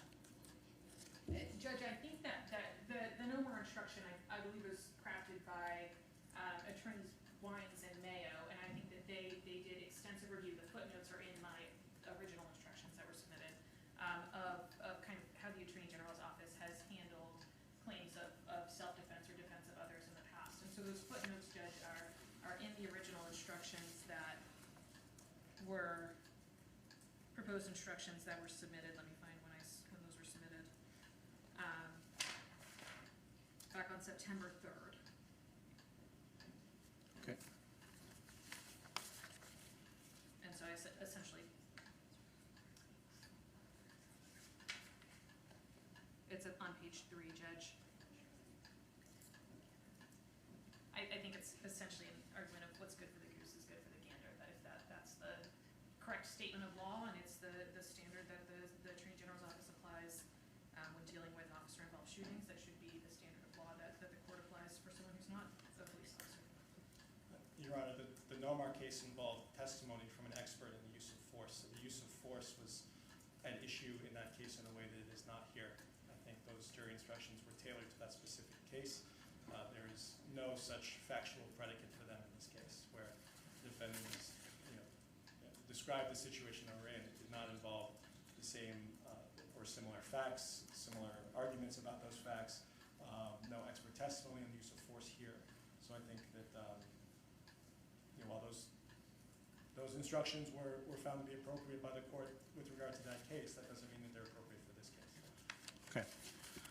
All right, thank you. I will make some rulings on the record, and then we will take a break, and then I'm going to, during the break, I'm going to be starting to solicit from counsel their specific instructions on a few things. So I will be adding, from a structural standpoint, I will be adding the act in defense of others element to the individual components as it relates to the second-degree murder and knowing and second-degree reckless. In other words, I'll be adding the part that says that the defendant did not act in defense of other. I hereby grant that request of the defendant. With respect to the actual defense of others component, I'm going to deny the defendant's request to use what is being referred to as the NOMAR instruction. With respect to specific uses of individual defenses within 627.4 Roman numeral 2, with respect to A, I think that it's been established that A is not applicable under the circumstances. With respect to B and D, the court is mindful of the directive from the Supreme Court relative to the court's weighing of credibility as it relates to the previously referenced Kavanaugh case, and also the Brooks and Woodburn case. The court is mindful of the court's job not to comment on the merits of the case and to not impermissibly act as fact finder as it relates to Brooks and as it relates to Woodburn and the other cases mentioned. With respect to B and D, however, I'm focusing on the phrase likely to use. The issue relative to likely to use, there's a difference between, under the statute, a difference between A, which uses the phrase is about to, and C, is committing or about to commit. Whereas B and D, specifically the legislature chose to use the phrase is likely to use. Not whether the person is committing or is about to, but rather with B and D, the focus is the adverb likely to use. So based upon the evidence that has been presented, I'm denying the defendant's request with respect to B and D. And again, I am not substituting myself in the position of fact finder. I'm not commenting on credibility, but I'm focusing on the phrase is likely to use, both with respect to B and D, as opposed to is about to use or is committing or is about to use, which is a different sentence structure used by the legislature in A and in C. I am going to grant the defendant's request with respect to C. Obviously, we're not talking about a forcible sex offense here. We're talking about kidnapping. So I'm granting the defendant's request as it relates to 627.4 Roman numeral 2, lowercase c. I'm aware of nucus as it relates to whether there's a legal predicate or not. I believe that the defendant has established that. So what I'm ruling is that B and D are not permissible. I am granting C, and I do think that there needs to be some definition of what kidnapping, what we're talking about as it relates to kidnapping. So I am going to solicit from both parties their phraseology as it relates to kidnapping. Under the law, a kidnapping is blank. In other words, I'm going to grant 627.4 to C. Under the law, a kidnapping consists of, or a kidnapping is defined as, and then I need to have something as it relates to what a kidnapping is. And if the state chooses to propose what a kidnapping isn't, I will view that in the context of what the state, overall of what the state is proposing and what the defendant is proposing as it relates to how 627.4.2C will be applied under these circumstances. And I'm also going to adopt for purposes of ruling right now, I will adopt the Etienne phraseology as it relates to the degree of force, deadly force versus non-deadly force. So that's what those are the rulings as it relates to what we've got to this far. Finally, I will not be using the phrase depraved heart. I will be using the second-degree murder, the remainder of the second-degree murder reckless component with including the manifesting an extreme indifference to the value of human life. The rest of that, but not including the depraved heart sentence. So with respect to this point in the instructions, any questions from the state as it relates to instructions at this point? Attorney Spicer. Okay, Attorney Kettles. No questions, Your Honor. Okay, 15-minute break. And anything that I can receive relative to kidnapping, we'll proceed with the other counts. But anything I can get relative to kidnapping will help not just me, but help you. We'll get this done by the end of the day. Thank you. We'll have a 15-minute recess.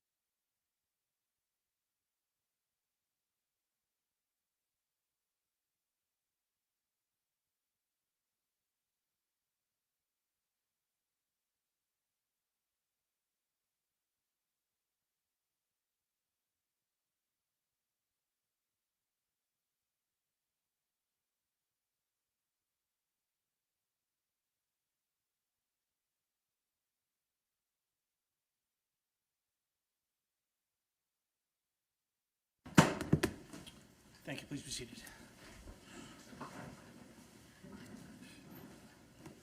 Sarah, is this me? No, do I? On the desk. Nothing there, nothing. I don't know what it is. Okay, thank you.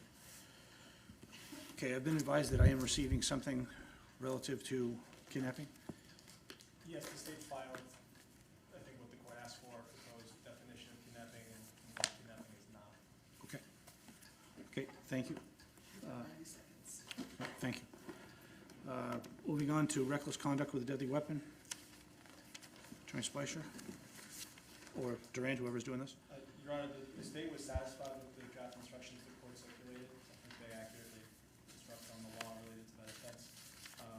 I believe the court has already indicated that you're going to add the additional element of defendant did not act in self-defense, and that's sorry to rule out. But otherwise, the state has no issue with the defense or with the instruction as written. Okay. Okay. And Judge, I think all we did was add the fourth element and then take out some of the additional language regarding deadly weapon because I think, and serious bodily injury, because here the manner in which it was, you know what, Judge, actually we're fine with the instruction that the court gave with the addition of the fourth, of the final element. Adding the additional element? Yes, Judge. Okay. So I will amend reckless conduct with a deadly weapon, charge ID ending in 222C relative to adding the state's burden to prove that element beyond a reasonable doubt of defense of another.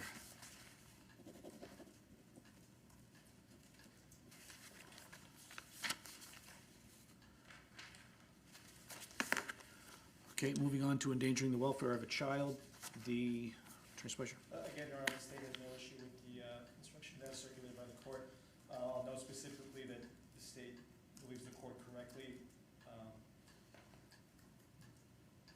identified the distinction between the dual intents there, and purposely violating the duty and knowing with respect to endangerment. So we do believe that is a correct instruction. And position relative to, three options. Do I force, three options. Do I force counsel to argue that there's a duty? Number one, do I request that counsel stipulate that there's a duty? Or three, do I simply enter a finding that there's a duty? For purposes of this draft, for purposes of this draft, without making an order, I posited that it would be within my province to indicate simply, without going overboard, simply to say, under the law, the court has determined the defendant owed a duty of care, as stated in the instructions. So, from your perspective, I don't know if that's in dispute. I think it's appropriate to certainly take it out of the jury's hands as something they need to decide and make it clear that that element is not an issue. We're happy to stipulate. I don't know where defense counsel is on that. So Judge, I think it would be error for the court to issue a finding on an element. That is the province of the jury. And the defense is not going to stipulate to an element. It has a right to hold the state to its burden on this element. So we would ask that that language that the court has, it appears in gray in mine, it may be different coloring in yours, but at the bottom of page 15, under the law, the court has determined to the end of the page that be removed. okay, and, okay, if I, based upon the defendant's arguments, which I acknowledge, based upon that, Attorney Kettles, do you want me to do you want the court to define duty of care under the circumstances? And once again, for purposes of the record, in case it's not clear, I believe both counsel already agreed that there is no model jury instruction. There is no model jury instruction that we are aware of relative to this. Am I correct? Attorney Duran's shaking her head yes. So, Correct. okay. Judge, we submitted the proposed instruction that we would ask the court to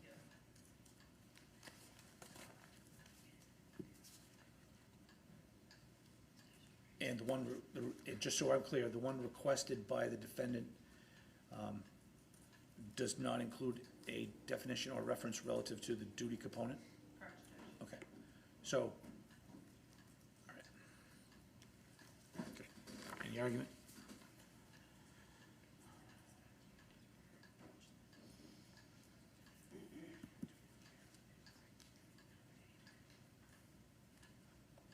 Any argument on that? No, right. Okay, so with respect to endangering the welfare of a child, Attorney Kettles, if I strike the one that was on my page 15, if the pagination has not been changed, the one that was circulated to council, if I strike the sentence that begins under the law, the court has determined, which I'm doing that, is there anything else in my wording that, and if I add not in defense of another,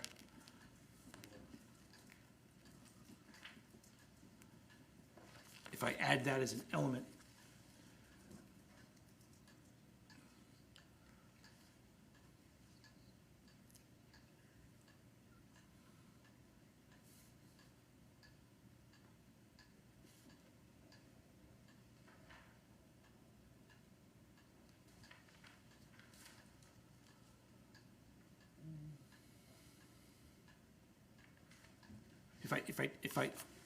if I strike the comment about the court finding a duty, number one.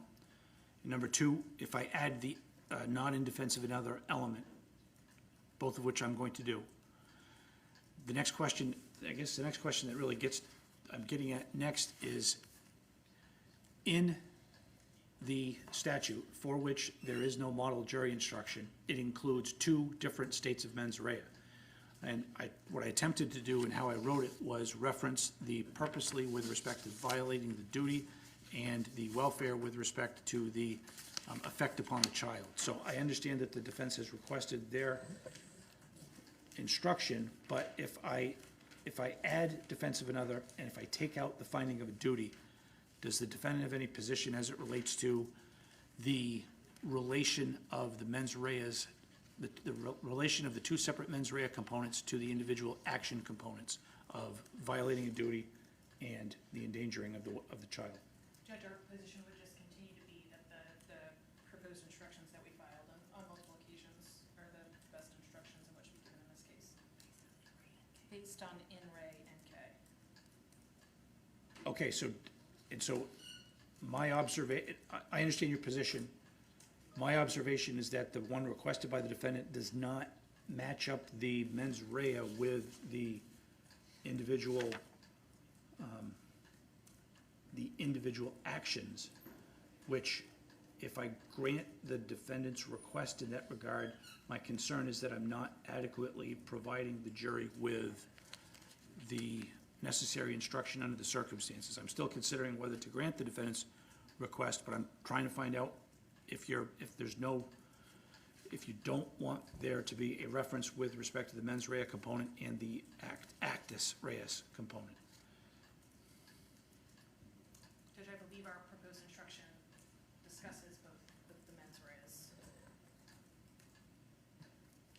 Your Honor, I think the court's instruction accurately captures this issue in the statutory language, and I'll cite State versus Bortner, 150 New Hampshire 504. Okay. That I think speaks to the interplay of those two, but I think it is appropriate to instruct as the court is doing. Okay. Okay, thank you. All right, moving on relative to, that concludes essentially the defendant's draft. Moving on to my draft. Again, I'm moving up the defense of another components. I'm moving that up so that it is coming directly after the elements for second-degree murder, knowing, go right into the the defense of another component at that point. So now back on my draft, I'm at page 20. My inclusion, the paragraph starting with multiple charges. Position on that? Multiple charges, alternative charges, position from the state? No position, I believe that's acceptable. Okay, Attorney Kettles? Judge, with the multiple charges, I guess my concern is that if the jury finds that Mr. Duren was justified in causing the death of Caitlyn Naffziger, then that should lead to a not guilty verdict on the other charges as well, as any proportionality or any other kind of argument would surely mean that he was justified in his actions that would otherwise constitute lesser offenses. The state didn't disagree with that. Certainly the jury, if the elements are different, there's no overlap, there's no lesser included, there's no automatic function of law where the defendant would necessarily have to be innocent of other charges if acquitted on either of the murder charges. distinct. There are scenarios where the jury perhaps could find the defendant not guilty of murder, but certainly still guilty of reckless conduct or endangerment of a child. And I think, okay, thank you. Attorney Kettles, any response? I think our point is that if the jury finds that the state has not proven beyond a reasonable doubt that Mr. Duren was not justified, then that would result in acquittal on all 4 charges.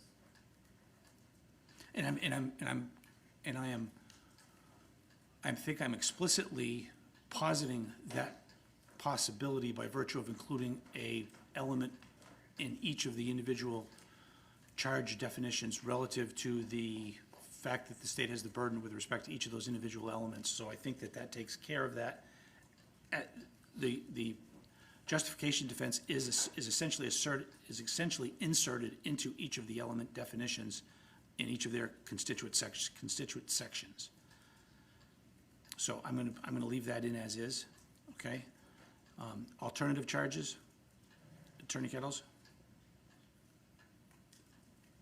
Same argument regarding the element, right, the only element I think meaningfully in dispute as to the 2 alternative charges is the acting in defense of another. Okay.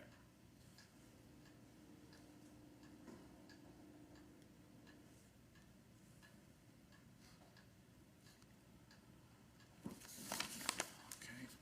And the rest of it, I hesitate to use the phrase boilerplate, but with respect to the remainder of the boilerplate, so to speak, obviously it is extremely important.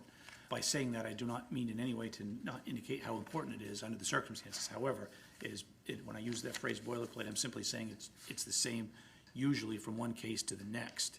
So I don't know if there's any specific challenges to any, or questions with respect to that. No, Your Honor. No, Your Honor, just I guess request at some point that we could see the verdict form. Certainly. No, I should have sent that. I'll get that to you instantly, soon. Okay. Anything else right now with respect to the instructions, Attorney Spicer? No. Okay. And Attorney Kettles? Is now the time to discuss the definition of kidnapping? Yes. Then yes. If we're ready to, then yes. Yep. So, Judge, the state just a minute ago propounded a proposed definition, and I want to be clear that we continue to maintain our objection to defining kidnapping for all the reasons that we've discussed before in terms of McDonald and Woodbury and the other cases cited in our motion. But I think the specific definition proposed by the state, or any definition that's kind of limiting us to the statutory elements, is an issue because the statute says that Mr. Duren would be justified if he reasonably believed that Ms. Naffziger was committing or about to commit kidnapping. And so I think that it's instructive to look at the case law on attempted kidnapping. In State versus Casanova, 164, New Hampshire 563, the court explains that a person commits the crime of attempted kidnapping when, with a purpose that kidnapping be committed, he does or omits to do anything which, under the circumstances as he believes them to be, is an act or omission constituting a substantial step toward the commission of the crime of kidnapping. And Casanova also explains that the state was not required to prove the elements of kidnapping under RSA 633.1 to sustain the charge of attempted kidnapping. And so I think here where we have the possibility that Mr. Duren is justified if he reasonably believes that someone is about to commit a kidnapping, he doesn't need to reasonably believe that each element of the kidnapping statute was met. State versus Bean, 153, New Hampshire 380. The Supreme Court says, we noted that the attempt statute requires the state to identify the intended offense. This is an attempted kidnapping case as well, but does not require the state to plead and prove the elements of the intended offense. Since an attempted crime is by definition a crime not completed, the state could not plead, factually identify, and prove the elements of the intended offense as if it had been carried out. We therefore held that the state was not required to allege in the indictment a statutory subsection of the attempted offense. To convict the defendant of attempted kidnapping, the jury was required to find that with the purpose of the crime of kidnapping be committed, the defendant did or admitted to do anything which, under the circumstances as he believed them to be, is an act or omission committing a substantial step toward the commission of the crime of kidnapping. So the state's proposed instructions, first of all, I think their reference to essentially 633(1), Roman 1A is confusing and inappropriate, but second, it doesn't adequately capture that Mr. Duren would be justified if he reasonably believed that Ms. Naffziger was about to commit the crime of kidnapping based on Bean and Casanova. So with respect to the defendant's position that the existing phraseology in the jury instructions is sufficient as is and don't define kidnapping further at all, am I correct? Yes, Judge. Okay. That it should track the language of the statute because the legislature has not referenced 633(1). It would be improper for the court to limit kidnapping to the offenses in 633(1).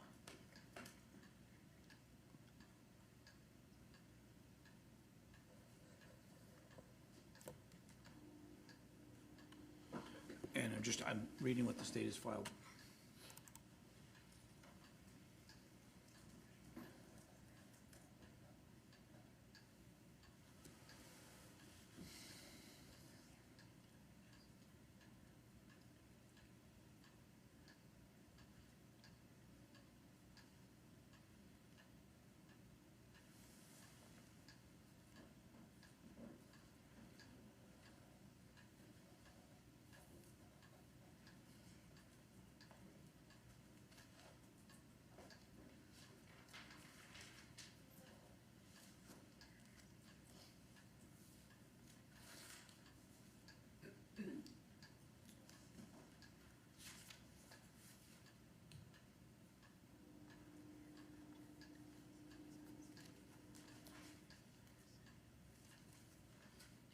Judge, when the court's ready, I'll have more argument.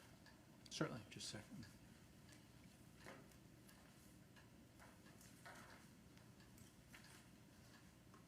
So Attorney Kettles, I guess here's my next question. If I don't define kidnapping, in the instructions, and then 10 minutes into deliberations, we get a note from the note that says that a certain juror has been picked as a foreperson. And then 30 minutes after that, we get a note from the jury that says, what is a kidnapping? Then the court should instruct, use your common sense everyday definition of what a kidnapping is. I think that's what the legislature says. That's what the statute says.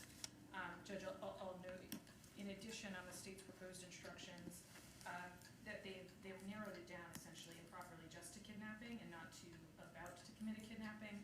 And then by using that paragraph, it is also important to note certain behavior that does not fall within the definition of kidnapping, followed by a lengthy sentence. Judge, that is certainly including language in 627(4) that the legislature did not see fit to include. And there's many sites, I put them in my pleadings, about statutory interpretation. The court cannot add this full page of definitions that the legislature did not see fit to include in 627(4). The state is trying to use a different statute that's not referred to in 627(4). This is not a term of art. The legislature knows how to create a term of art. It knows how to refer to other statutes. It did not do so here. And so the court is limited. It cannot add language the legislature did not see fit to include, and that's what this entire page that the state submitted is. Okay, and was that also the further argument? That was the further argument, Judge. Okay, all right. Your Honor, I think the court has already expressed that it is appropriate to define kidnapping to address the very situation that Your Honor just brought up, that the jury may very well wonder what kidnapping means. The most appropriate definition is the one contained in RSA 633(1), and that's what the state has included here. The state has not changed that definition or added to it or retracted from it. We believe that is the appropriate definition, and again, we believe it is appropriate to define kidnapping for what it is and also what it is not. We did include in brackets that a person commits the crime of kidnapping if they can find another under their control, do so knowingly, and the person acts for the purpose to, and then we include each of the 4 scenarios in subsections A through D. We would suggest that only those scenarios which contain some support in the evidence would be appropriate to give. We included them all here just for completeness. think that there's any supporting evidence that the defendant reasonably and actually believed that Ms. Naffziger was committing a kidnapping by confining Elwyn to avoid apprehension by a law enforcement official, so we don't believe it's appropriate to include that. That Ms. Naffziger was confining Elwyn to terrorize anyone, or that Ms. Naffziger was confining, or that Mr. Duren believed Ms. Naffziger was confining Elwyn to commit an offense against Elwyn. So really the only one of those four scenarios that we believe would be appropriately included would be the first one, to hold the person confined for ransom or as a hostage. That's the argument that the defense has been making. So we believe that that one would have some support, and that is the only one of those four scenarios that should be included. And again, with regard to statutory interpretation, the state submitted a pleading with multiple citations regarding statutory interpretation as well. There's opposition that it is appropriate to define kidnapping in this scenario. And so once again, Attorney Spicer, with respect to McDonald 163, 115, the statutory interpretation of defense of others includes the phrase forcible sex offense, which there's discussion in McDonald that it's not coextensive with aggravated felonious sexual assault in McDonald. Would you agree with me relative to that? So even though the McDonald says use the regular phrase forcible sex offense without getting into defining it, the state's position is that that's okay with forcible sex offense, but it's not okay with kidnapping? I agree, because there's no crime of forcible sex offenses. This is going back to Davidson, where we're talking about an unlawful taking, and it's okay to have unlawful taking, and that is not a reference to a statutory definition, but it includes more than one potential crime. Here, there's a reference to kidnapping, which is statutorily defined. It is not a broader category of crimes. The parallel here would be if the language was not kidnapping, but interference with freedom. And that's not what the language says. And am I also correct that the state's position is that once you answer the question that you just asked relative to the forcible sex offense versus aggravated felonious sexual assault, once you get past the McDonald question, and once you say that we need to define kidnapping, the state's position is also that the legislature hath spoken relative to defining kidnapping to also include what kidnapping is not.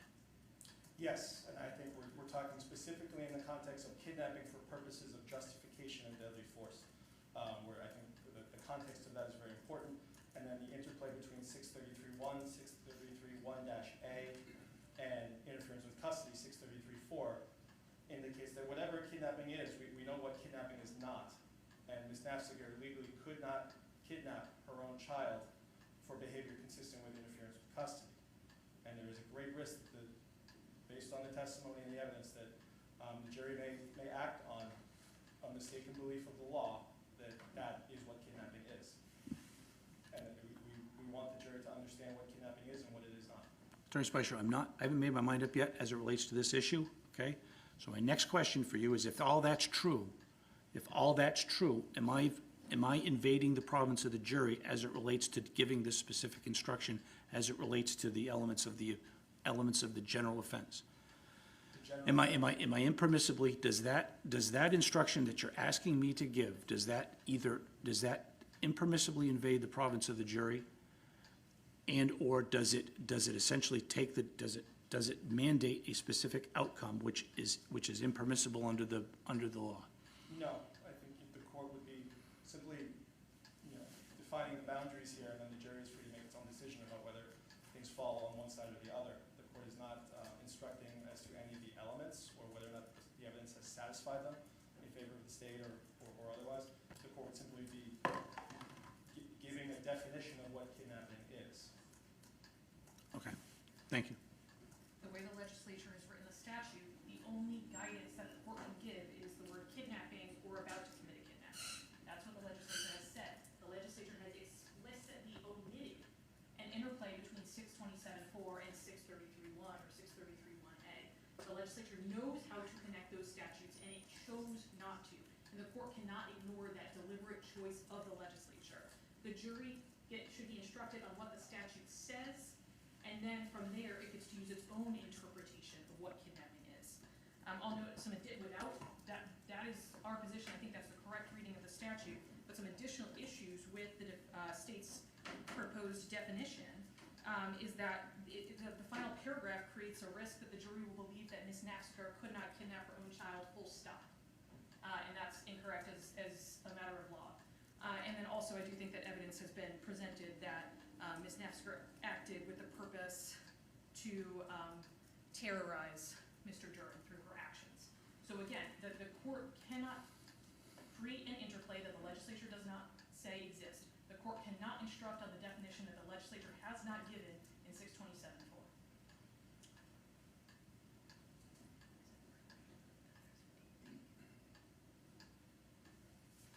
And for the record, again, legally as opposed to factually, that's why I issued the order I did a couple Fridays ago asking for instructions. I know council already knows that, but I knew we were gonna get to this point.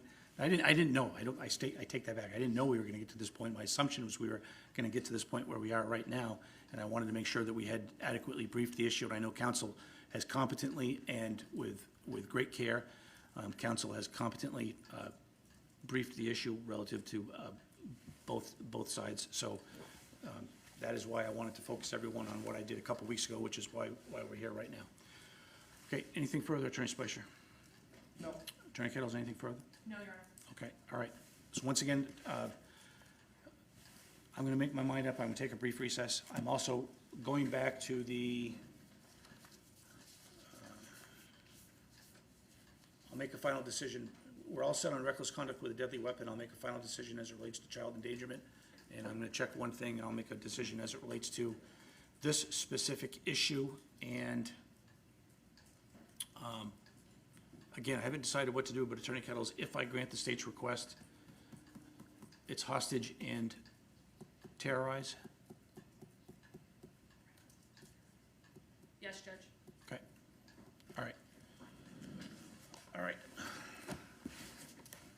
We're getting there, counsel. Okay, all rise. Oh, and I'll get the verdict form disseminated right now, also during this break. Be back when I can. Thank you. Willis County Superior Court is in recess.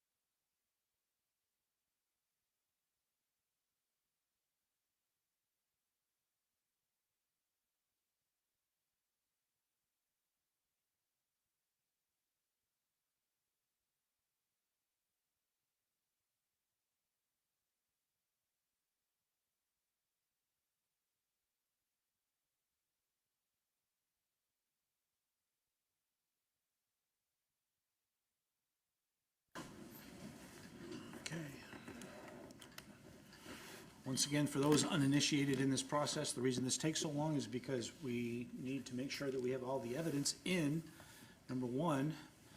And number two, the reason we're doing this is to make sure that council can adjust their closing arguments based upon how they know that I'm going to be instructing the jury, which happens after the closing arguments are conveyed to the jury. So I think the final issues before the court that needs to make a decision on with respect to the endangering the welfare of a child count, I'm going to maintain the version which is included in the draft that was circulated, with the exception of removing the court making a finding relative to duty and inserting a element relative to the need for the state to disprove that element beyond a reasonable doubt. Excuse me, the fact that the defendant did not act in defense of another, that the defendant acted in defense of another. I'll add that element as a fifth element. I'm taking out the recitation to the court making a finding relative to duty. Relative to the legal issue relative to definition of kidnapping, I thank the state with respect to its prompt ability to submit a document relative to the definition which is being advocated by the state. Let the record reflect I've gone back and reviewed State versus McDonald again, 163 in New Hampshire 115, relative to an analogous, not necessarily on point because it's a different nature of the defense, but to an analogous situation, and I'm going to grant the defendant's request relative to not providing a specific definition as requested by Attorney Kettles. I reviewed the state's request again. Again, I reviewed State versus McDonald, and brief shepherdizing relative to running that case forward for any negative authority. On the applicable point, I did not see any. So as a result, I am going to grant the defendant's request relative to leaving the term undefined or using a non-statutory defined meaning. Am I correct by the way you're advocating, Attorney Kettles? Yes, Judge, meaning undefined. Okay. I've also circulated the proposed special jury verdict form. Any comments with respect to the verdict form? Your Honor, the only comment I have is a suggestion that perhaps with regard to the two murder charges, it might be helpful to include knowing or reckless, just so that there's no confusion on which charge they're Okay, anything else? considered. No. In addition to that suggestion, Your Honor, we would prefer that not guilty be first and then guilty. Okay, any objection relative to including knowing and reckless relative to parentheses? And switch not guilty and guilty? Yes. Any objection on that? No. Okay, court will grant that request and will interpose or will flip around the guilty and not guilty relative to that. Anything further, Attorney Kinney, on that? No. Okay, all right. Attorney Special, what have I forgotten? I don't think anything. Attorney Kettles, what have I forgotten? I know everybody. I know people have maintained their objections. Everybody's maintained their objections. Are you satisfied with your record, Attorney Spicer? Yes. Attorney Kettles, are you satisfied with your record? Yes, Judge, the one thing I noticed, there's been a lot of discussion once I don't think that there will be, but once we review the final draft, if there is any concern, notwithstanding objections we've already made, but I'll address it immediately, once I've seen it in writing. Okay, so, just so I'm clear, nothing I've forgotten, and I'm gonna get to the next 12 hours procedure in just a second, but nothing else I've forgotten, and you're satisfied with your record at this point? Yes. Same thing? Yes, sir. Okay, so, what I will do in today's modern society is email addresses aren't that difficult to figure out. We already have everybody's email addresses.